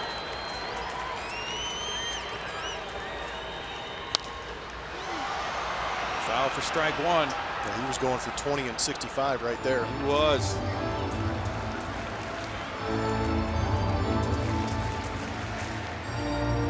Came into this game with a club record tying 145 hits through the first 104 games of the year. His own club record set in 2014. MVP, they chant. Popped up. Smoke is over. To end the 11th. No runs a hit and a man left. We move to the 12th, and it's still 1-1.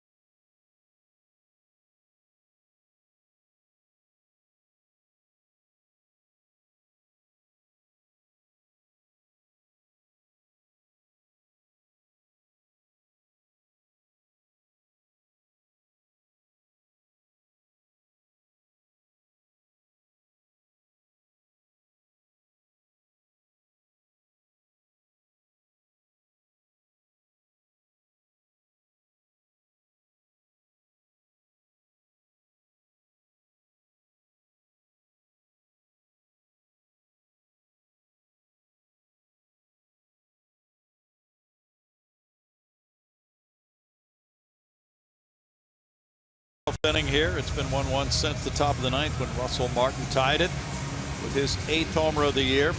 Earlier, Jose Altuve had hit his 19th in the 6th inning. 6 hits for the Blue Jays, 4 for the Astros, 1 error for Toronto. 12th inning begins with Kevin Pillar. Pillar is 0 for 4.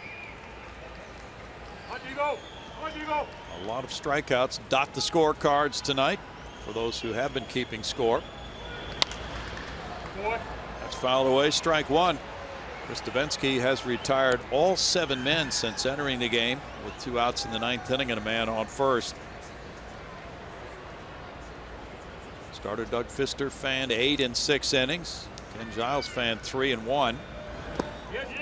That's a swing. And it's rung up by Tony Randazzo. 0-2. 2 strikeouts for Will Harris and 5 for Devenski. A total of 18 Houston punchouts in this game.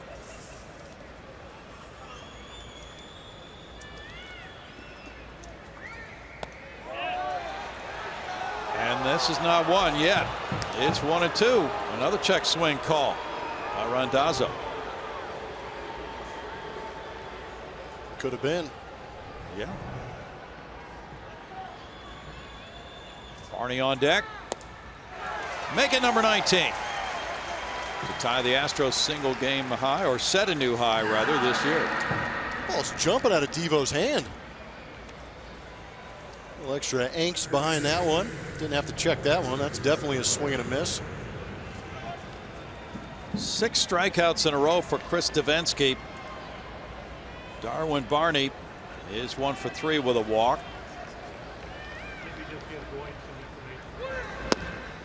And for strike 1. Good pitch at the knees with Bregman even with a bag at third. Guarding against a bunt try. Barney's the only player not to strike out in this lineup. 1-1. Yeah, there's a hit and a walk and almost another hit robbed by Bregman his first time up.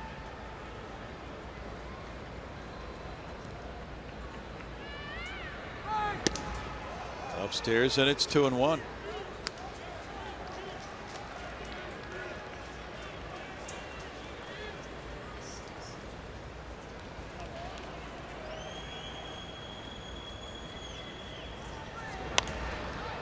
Popped up, back out of play.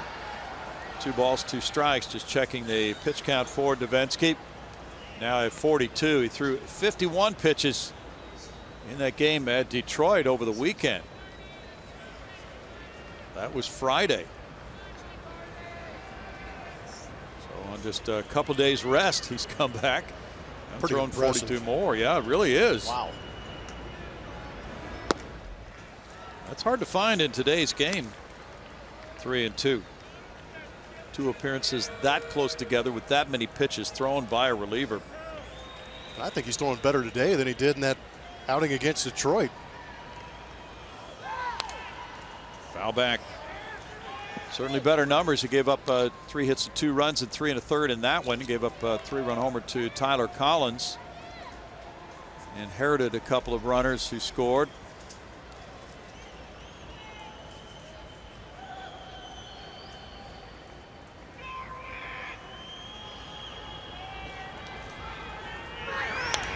Foul back. Well, our good buddy Jim Deshaies, as you know, struck out the first 8 Dodgers in a game. And that was the major league record at the beginning of a game. Well, this is 6 in a row in relief for Devenski. Are they going to pinch hit for somebody? Didn't Tommy Lasorda pinch hit for the pitcher in that? Yes, he did. Yes, he did. That is another one. 7 in a row. The first punch out of Darwin Barney in this ball game. And Josh Donaldson will pinch hit for Ryan Goins next. So much for a day off for Josh Donaldson. Donaldson, we were told he's just tired. He's been playing a lot. That's 20 strikeouts tonight for the Astros pitching staff, a season high. Donaldson, the MVP last year, has 25 homers this year. And it's ball 1 to him. Pinch hitting for Ryan Goins, who was 0 for 4 with 3 strikeouts. 298 for Donaldson, 74 runs batted in another outstanding year. He has not pinch hit this season. It's 2-0 to Donaldson.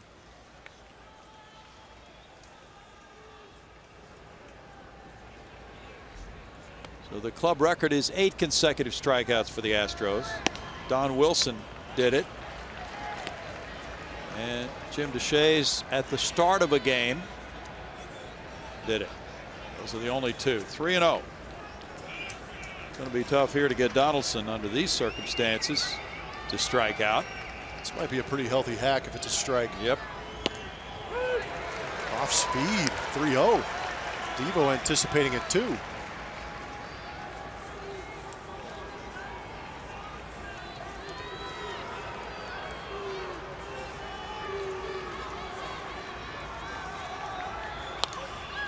There's that big healthy hack you talked about. Full count now to Donaldson. Donaldson second in walks in the American League. Just another outstanding year for him. He leads the American League in on-base average since May 20th. Got 2 MVP candidates in this ballgame between Altuve and Donaldson. Ground ball to short. Correa has it. Goes out Donaldson. And Chris Davinsky has retired 10 in a row now since he came in the 9th inning. It's 1-1 going to the bottom of the 12th.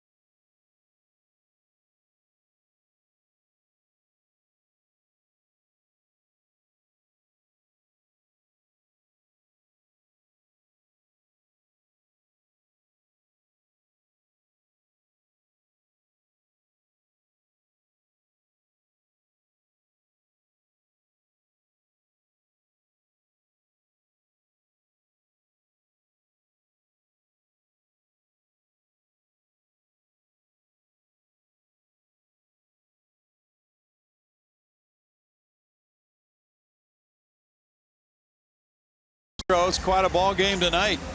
Now, if you've been watching for a while, it gets more and more interesting with this strikeout fest well underway. Who's going to win this game? Who's going to make enough contact to win this game? Brett Cecil will be pitcher number 5 for the Blue Jays. Josh Donaldson staying in to play third base after pinch hitting for the shortstop Goins. And Darwin Barney is moving over to play short as Cecil comes in. He's 0-6 with a 5.59 ERA. Left-hander's got a fastball around 91, 92 miles an hour. Change up, got a little bit of a cutter also.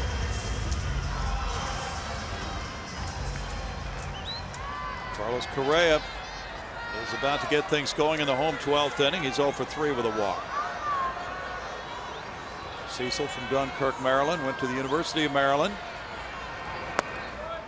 He throws ball 1. Cecil's been a mainstay with the Blue Jays since he came up in 09. Correa will be followed by Rasmus and Gaddis. In for a strike, that evens it at 1-1. Biagini in 2 innings allowed 1 hit, no runs, had no walks, and struck out 2.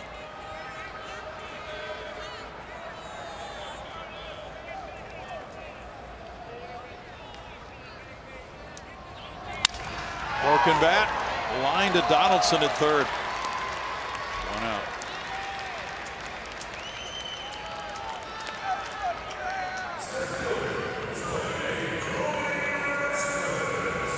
Colby Rasmus is 0 for 4 tonight. Cecil was on the disabled list. He had a tricep strain, and since coming back, he's allowed a batting average of .306 with an ERA of 6. Gaddis on deck. Strike to Colby.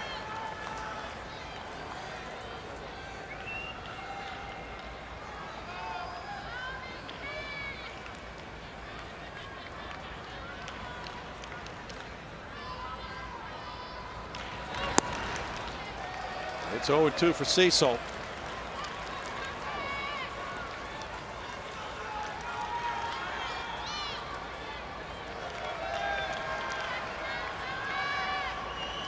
Tough night on bullpens. Still got 3 more games in this series.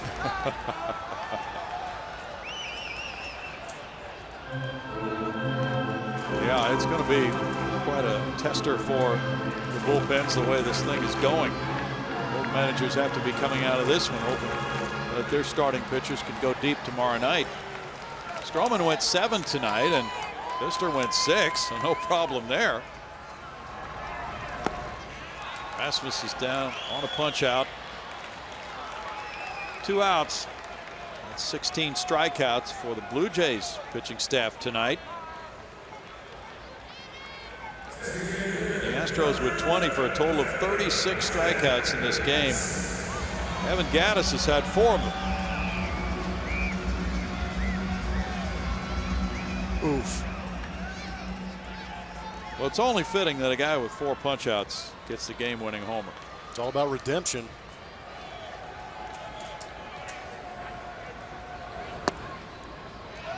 Ball 1 to Gattis. So far, these teams are only on pace for 144 strikeouts in this 4-game series. You kidding me? Oh, man.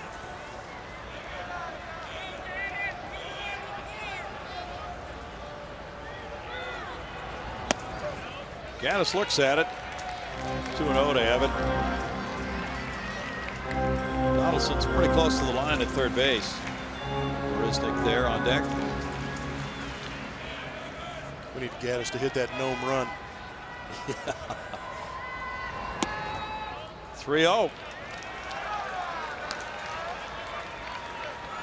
This game's gone so long, I think Blackney's forgotten what his strike zone is.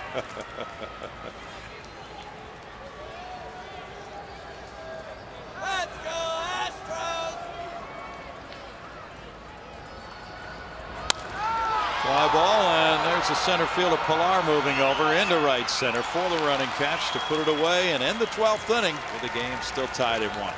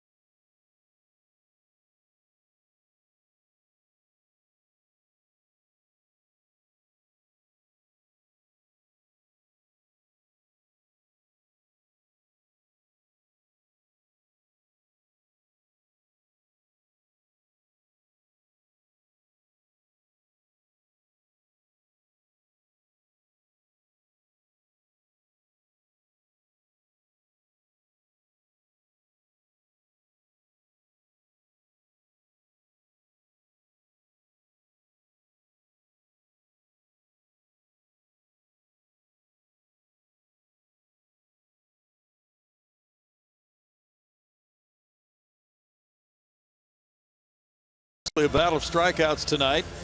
It's 1-1 going to inning number 13. And what a night for Chris Devenski in relief, Plummer. Man, it really has. He has been aggressive. We talked about him pitching a couple days ago, going 3 1/3, but here coming out pitching extremely strong against a very good lineup and showing all 3 pitches for me: fastball, curveball, and changeup. A pretty good run of strikeouts. But again, in 3 1/3, 7 punch-outs. Devin Travis. He ain't done yet, hopefully. Travis takes, there's strike 1. And Devo has been excellent at throwing strike 1. Travis has a double and a single tonight. 13th inning. Off the plate, and it's 1-1. 7 strikeouts among the 10 outs for Devenski in a row. What a night. 54 pitches after throwing 51 Friday in Detroit. 1-2. Michael Feliz is beginning to get loose for the Astros.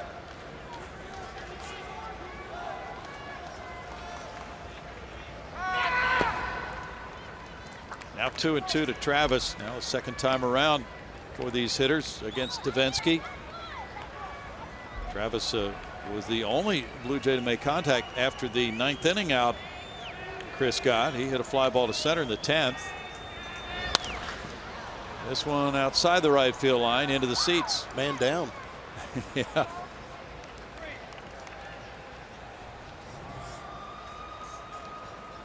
He sure did. Going for the slap shot. Ooh, that hurts a little bit.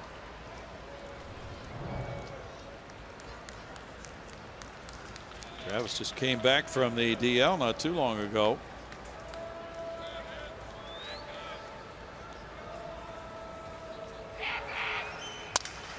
Broken bat pop up. Altuve back for it. One down in the 13th inning. And Bautista bats. Bautista is 0 for 4 with a walk.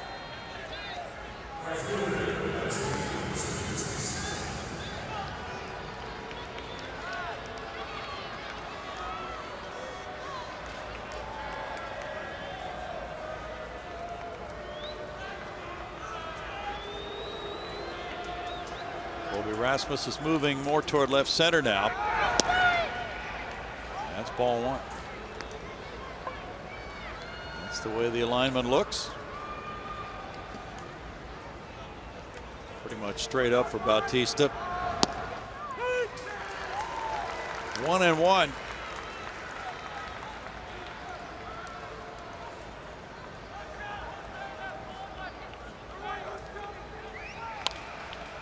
Popped up. Castro back. 2 down. 12 in a row set down by Chris.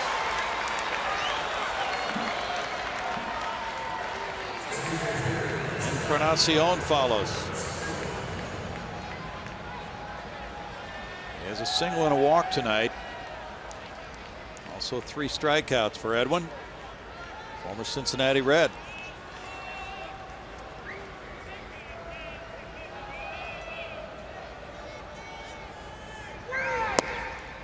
Ball 1 to Edwin, an all-star this year.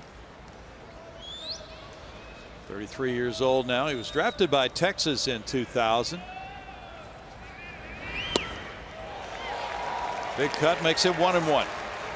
Michael Saunders on deck.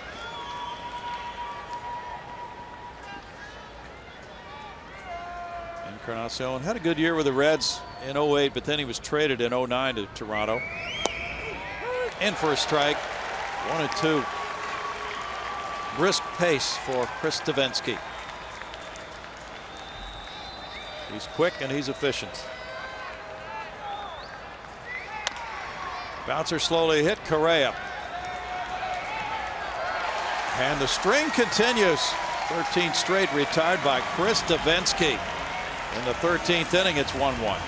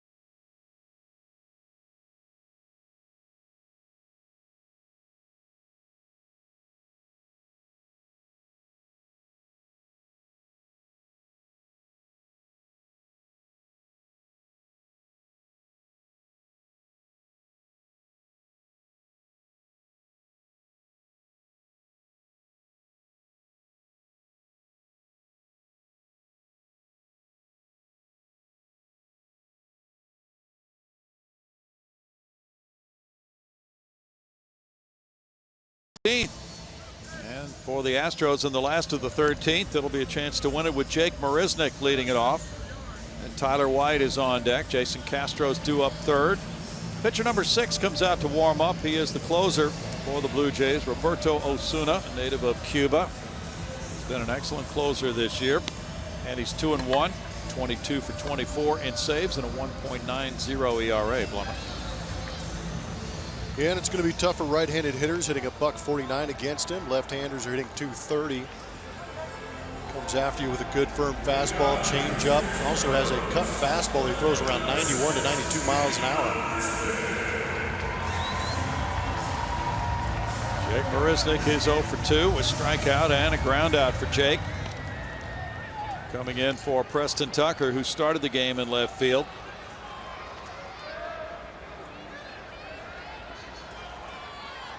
Brett Cecil in 1 inning, allowed no hits, no runs, had no walks, and struck out 1.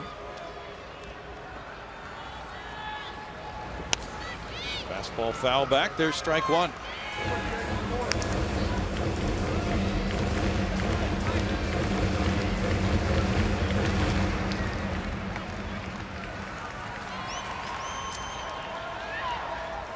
Osuna has gone 12 outings without giving up a run, covering 11 2/3 innings with a 103 batting average.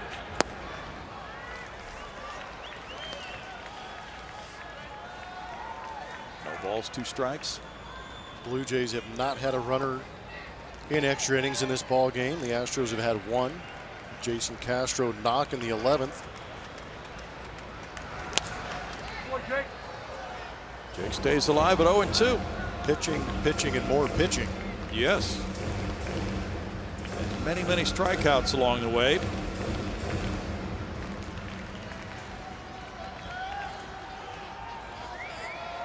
Right-handed hitters have not hit much of anything lately against Osuna. So shot up the middle and on through to center field. A well-hit ball by Marisnick. Good swing with 2 strikes in the count. And he's aboard to lead it off here in the home 13th. That ball was smoked. It really was. Elevated fastball, but Marisnick does a good job of getting on top of it, shooting it right back up the middle. Now you've got a runner on base with some speed.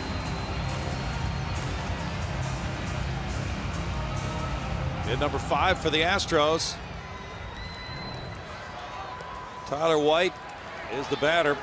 He has one of those hits around a bunt, and he missed that bunt try. Strike 1 for White.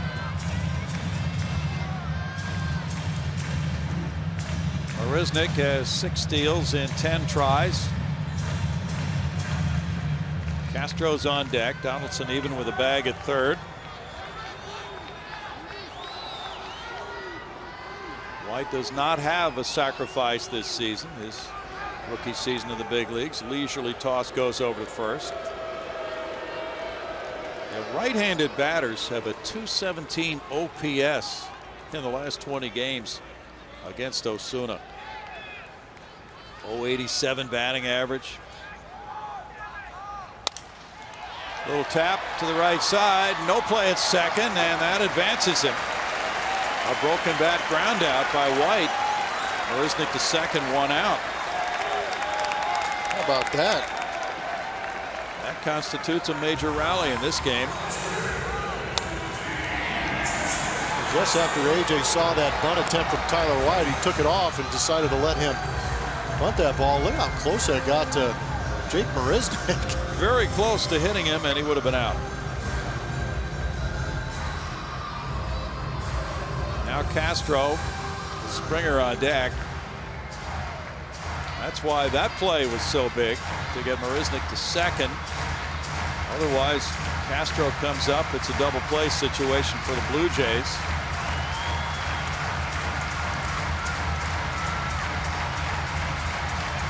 Jason singled in the 11th inning. He's 1 for 4. In the 8th inning, Travis made a good play on him. 6 hits for the Blue Jays, 5 for the Astros. Toronto is stranded 8. Houston has left 5.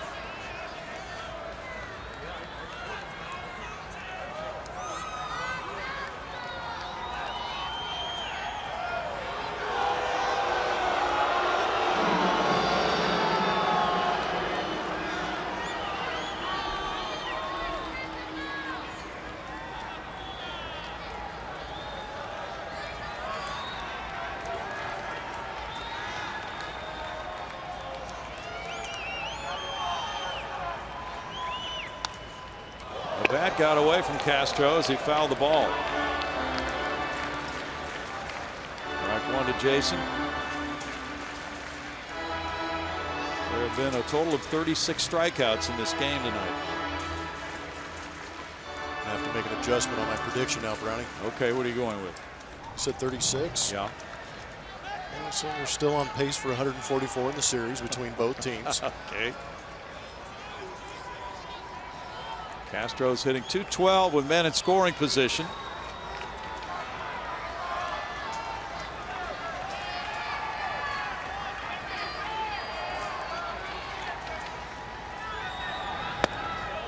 He takes it. 1-1. This will be the 400th pitch of this game coming up next. Luis Valbuena's got the right idea. Whatever it takes.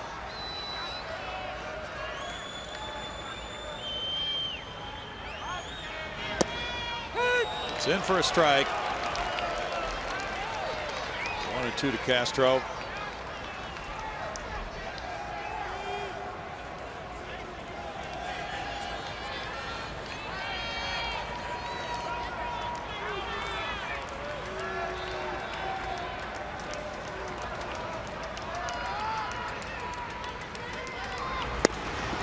Struck him out. 2 down, and it's Springer.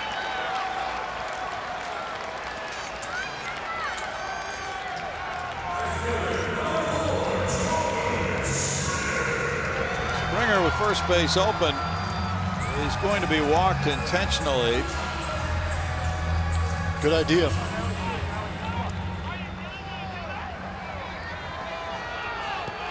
And it'll be Alex Bregman batting. After the free pass to Springer, who is 1 for 4 with a walk in this game.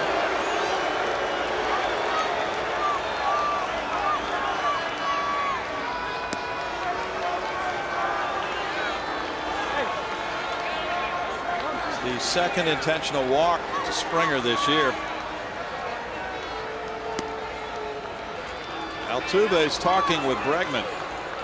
I like it. Veteran leadership. We talked about it earlier in the game. Altuve stepping up in so many ways this season. He's in support of Alex Bregman.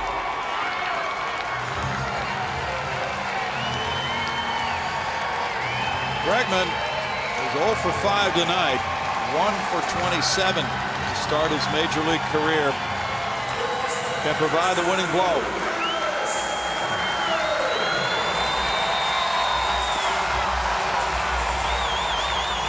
A lot of anticipation on what this kid could do at the big league level. He has a chance to do something right here.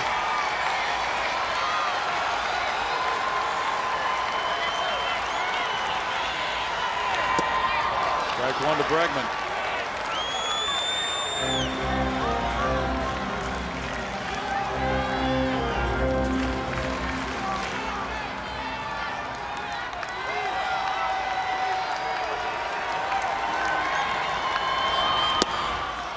It's 0-2 for Osuna. That's that power cutter from Osuna.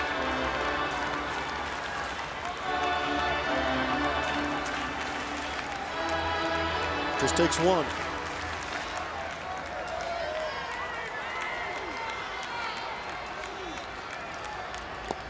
In the dirt, and the runners will advance on the wild pitch. And it may not even take one if you get another one of those. That would make it very interesting, wouldn't it? Yes.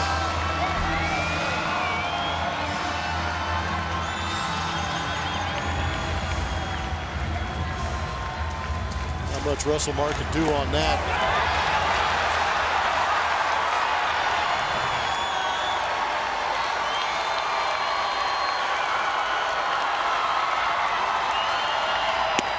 Struck him out.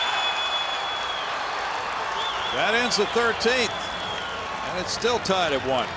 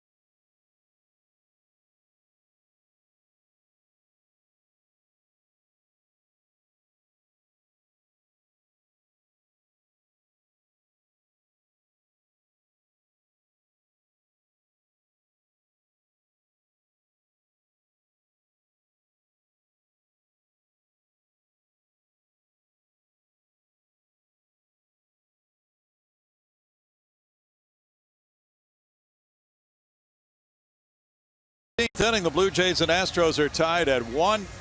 What a spectacular night. In relief for Chris Devenski. That comes to an end.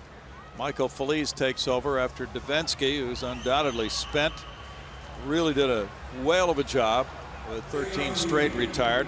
Feliz 6-1 with a 4.37 ERA. Yeah, pretty impressive what Devenski did. 4 1/3, 7 punch outs. No hits, no runs, no walks. Now the Astros come out for inning number 14, and it's Michael Saunders leading it off.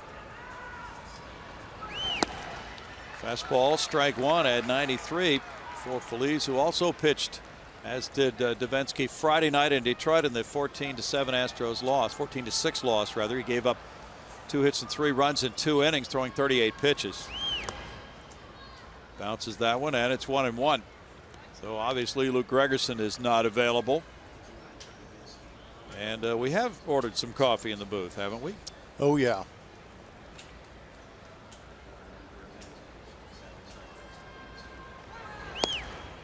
Fastball catches the corner, and it's 1-2.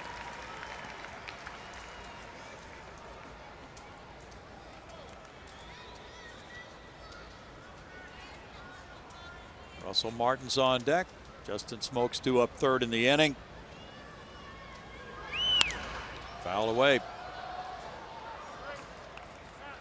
Blue Jays pitchers have struck out 18. Astros pitchers have struck out 20 in this game.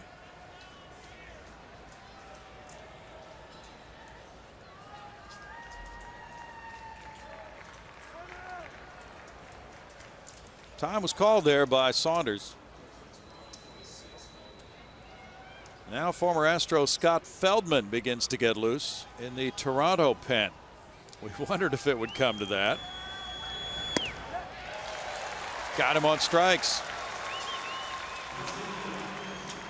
Number 21 in the strikeout category for the Astros pitching staff tonight. Scott Feldman just walked from one clubhouse to the other when he was traded this afternoon. There's Jason Grilli alongside him. Put on that Blue Jay uniform for the first time after the trade. Russell Martin homered in the 9th inning. That's ball 1.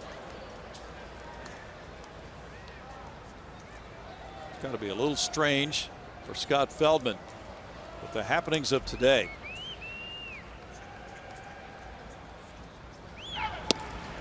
And for a strike. 1-1.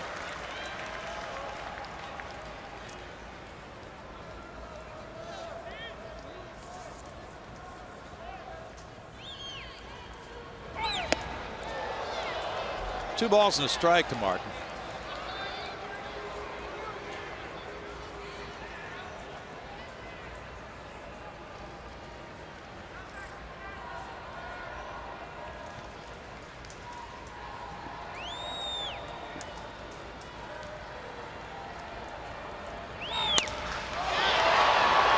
Rasmus is waiting in center. 2 outs. Toronto played a 19-inning game earlier this year. Yeah, what do you think, Goins? It's a good thing Goins is out of the game. He went on the DL after that 19-inning game where he had to pitch in it. That's right. Yeah, they lost it in the 19th to Cleveland in 6 hours and 13 minutes. Justin Smoak is the batter. Smoak's 0 for 5. Astros have had some long ones. Darwin Barney was the losing pitcher in that game.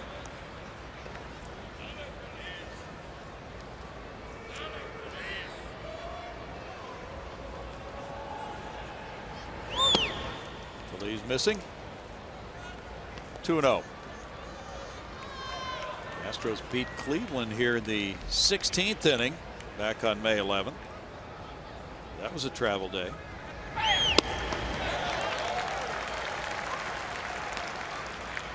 Two balls and a strike for Michael Feliz.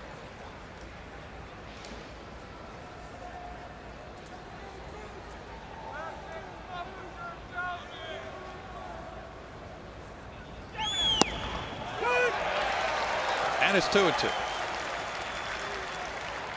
Altuve, Correa, and Rasmus are due up in the bottom of the inning.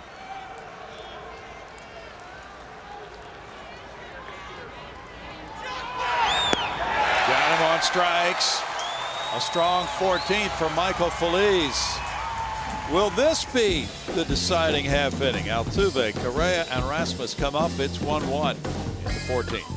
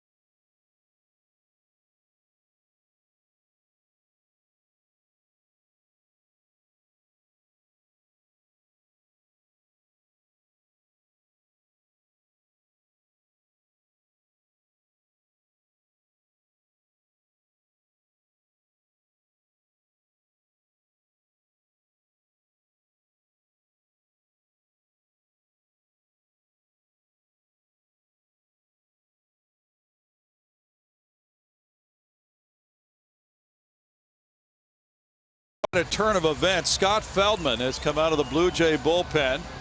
He'll be pitcher number 7. He just put on their uniform a few hours ago after the trade from Houston for a prospect. And now Feldman will work the bottom of the 14th inning. 5-3 with a 2.90 ERA in 26 games. 5 as a starter. He did so well in relief. 4-1 with a 2.41. Really helped to hold that bullpen together for the Astros. And tonight we've seen nothing but relievers have success in this game, except for Will Harris, who was tagged with that 9th inning homer by Russell Martin. I'll tell you what, they're asking a lot of Scott Feldman too. Welcome to the surreal world of baseball.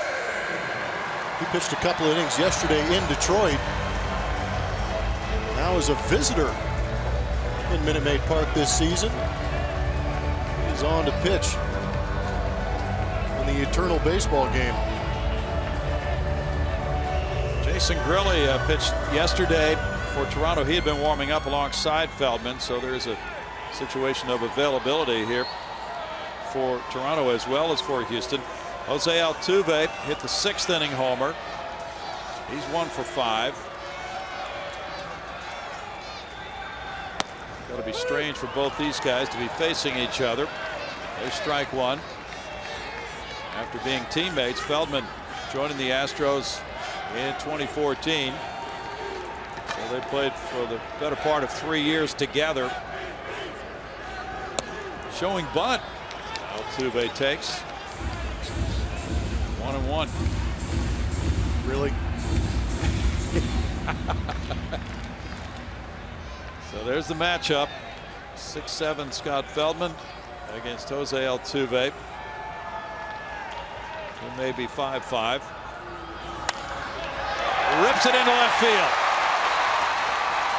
Second hit of the night for Altuve.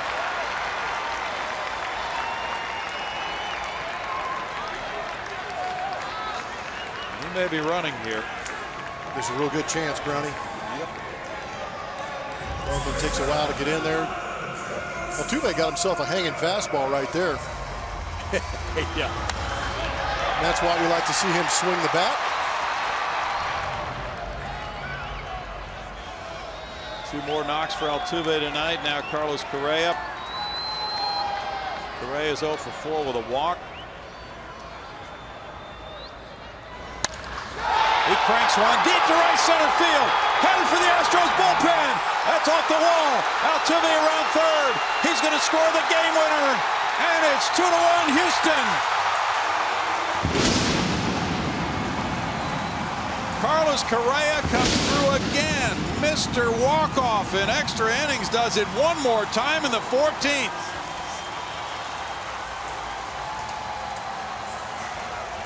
Tough night for Scott Feldman, being traded away from the Houston Astros to the Toronto Blue Jays. He eventually makes his way into this game. Sometimes familiarity breeds contempt, and right now Feldman is not a fan of the Astros, but Carlos Correa stepped up, got him a pitch up in the zone, drove it into that right center field gap. The speed of Jose Altuve launched him to that victory. Beautiful swing from Carlos Correa. Off the bat, I thought he got it. I think Carlos did too, but Jose Altuve, to his credit, put his head down, was on his horse, and bolted all the way home to finish this game off in dramatic fashion like the Astros like to do here at home. That's the 5th walk-off hit for Carlos Correa, his 7th game winner. The Astros win for the 14th time in their last at bat, and they do it in the 14th on a Correa game-winning double, 2-1.